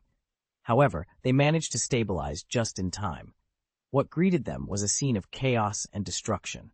The fleets of the Fourth Civilization and the Galactic Republic were locked in a fierce battle, exchanging relentless fire. The toll of the conflict was already evident. On the side of the Fourth Civilization, 3 Cole-class battlecruisers were out of action, with one tragically split in 2 and engulfed in flames. The Galactic Republic's fleet fared no better, with 5 Carrack-class light cruisers destroyed and 2 Aquitans-class light cruisers incapacitated, drifting helplessly. The Republic's pride, the Invincible-class heavy cruisers, bore the scars of battle, with at least 20 fires raging across one battleship. Additionally, 2 Chaser-class battlecruisers had been obliterated, each with a gaping hole torn through them by the formidable supermaterial electromagnetic cannons of the Cole-class battlecruisers. Despite the heavy losses, neither side showed any sign of retreat. The arrival of the 3 Lucre Hook-class battleships signaled a new phase in the battle. The Galactic Republic fleet, recognizing their intent, intensified their offensive. Matt Horner, seizing the moment, displayed a flash of determination. He slammed his hand down on the console and issued a bold command. "All Cole-class battlecruisers, charge your metamaterial electromagnetic guns immediately. We fire in 60 seconds. Prepare for a full volley." Simultaneously, the Lucre Hook-class battleships deployed a swarm of 1,500 Vulture robot fighters, among which 3 distinctive Viking fighters stood out. These were slightly larger than the standard models, with the lead fighter adorned in bright red and sporting a distinctive horn atop its cockpit. Piloted by Darth Marthael and his dark acolytes, Green Beatty and Aiden Ward, they joined the fray with a menacing presence. The Lucre Hook-class battleships also unleashed their quadruple-mounted turbolaser cannons, unleashing a barrage that put immense pressure on the Republic fleet. In response, the Republic fleet concentrated their firepower on the Cole-class battlecruisers, particularly targeting those with charged main guns. The onslaught was devastating, severely damaging another Cole-class battlecruiser. Its charging muzzle was hit, triggering a catastrophic explosion that obliterated the front quarter of the ship. But the remaining Cole-class battlecruisers completed their charge. "Fire!" Matt Horner commanded. The subsequent salvo from the supermaterial electromagnetic cannons was blinding, momentarily overshadowing the battlefield. This strategic unleashing of firepower, previously reserved for critical moments, had a devastating effect. The leading Invincible-class heavy cruisers at the forefront of the Republic fleet bore the brunt of the attack, with 2 receiving concentrated fire. The shields of the targeted battleships flickered under the onslaught, struggling to withstand the immense power of the electromagnetic cannons. Amidst the chaos, the ground invasion commenced, marking a pivotal moment in this interstellar conflict. The capacitors, having sustained significant damage, were utterly incapable of withstanding the immense power unleashed upon them. The 2 colossal battleships were immediately engulfed in explosions and flames, leading to further internal fires and explosions. This catastrophic chain of events ultimately rendered them combat ineffective, with all systems shutting down. However, the flames did not subside. Instead, they grew fiercer, transforming the battleships into enormous furnaces that incinerated everything within. The Fourth Civilization fleet, however, paid a steep price for their victory. To fire their supermaterial electromagnetic cannon, they had to lower their shields, leaving them vulnerable without the protection of other ships. This decision exposed their warships to the formidable firepower of the Republic fleet. As a result, nearly every Cole-class battlecruiser bore the scars of battle.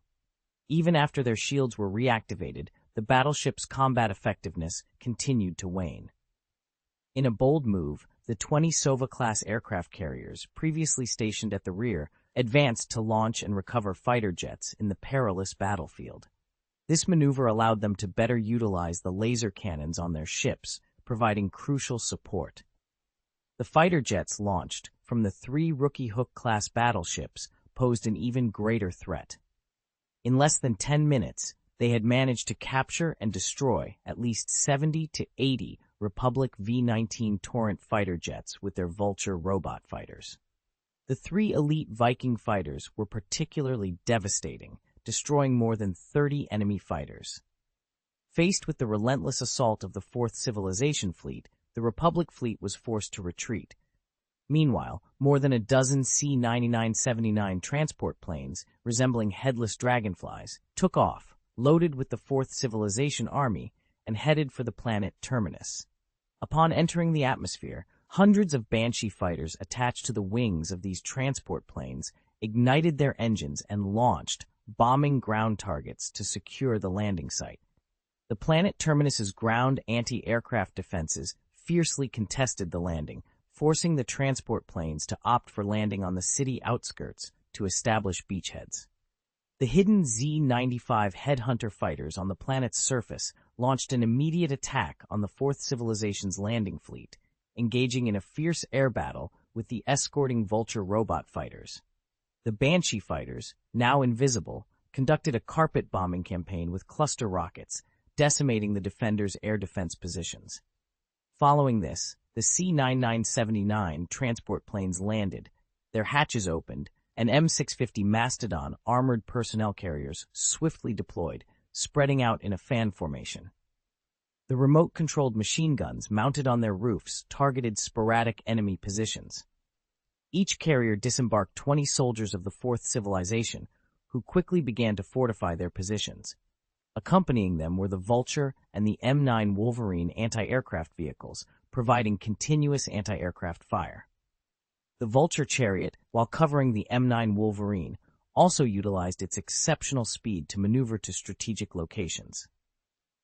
To ensure logistical cohesion, the M9 Wolverine anti-aircraft vehicles were equipped with Hellfire long-range surface-to-air missiles, identical to those used by the giant mechas, thwarting any attempts at airstrikes by the enemy while the ground forces were still consolidating their positions. With the successful landing and establishment of a beachhead by the first wave of 3,000 troops, the Fourth Civilization's ground invasion of the planet Terminus officially commenced. To begin, I would need the text you're referring to for the cleanup and enhancement. Could you please provide the specific chapters or excerpts from the novel that you'd like me to work on?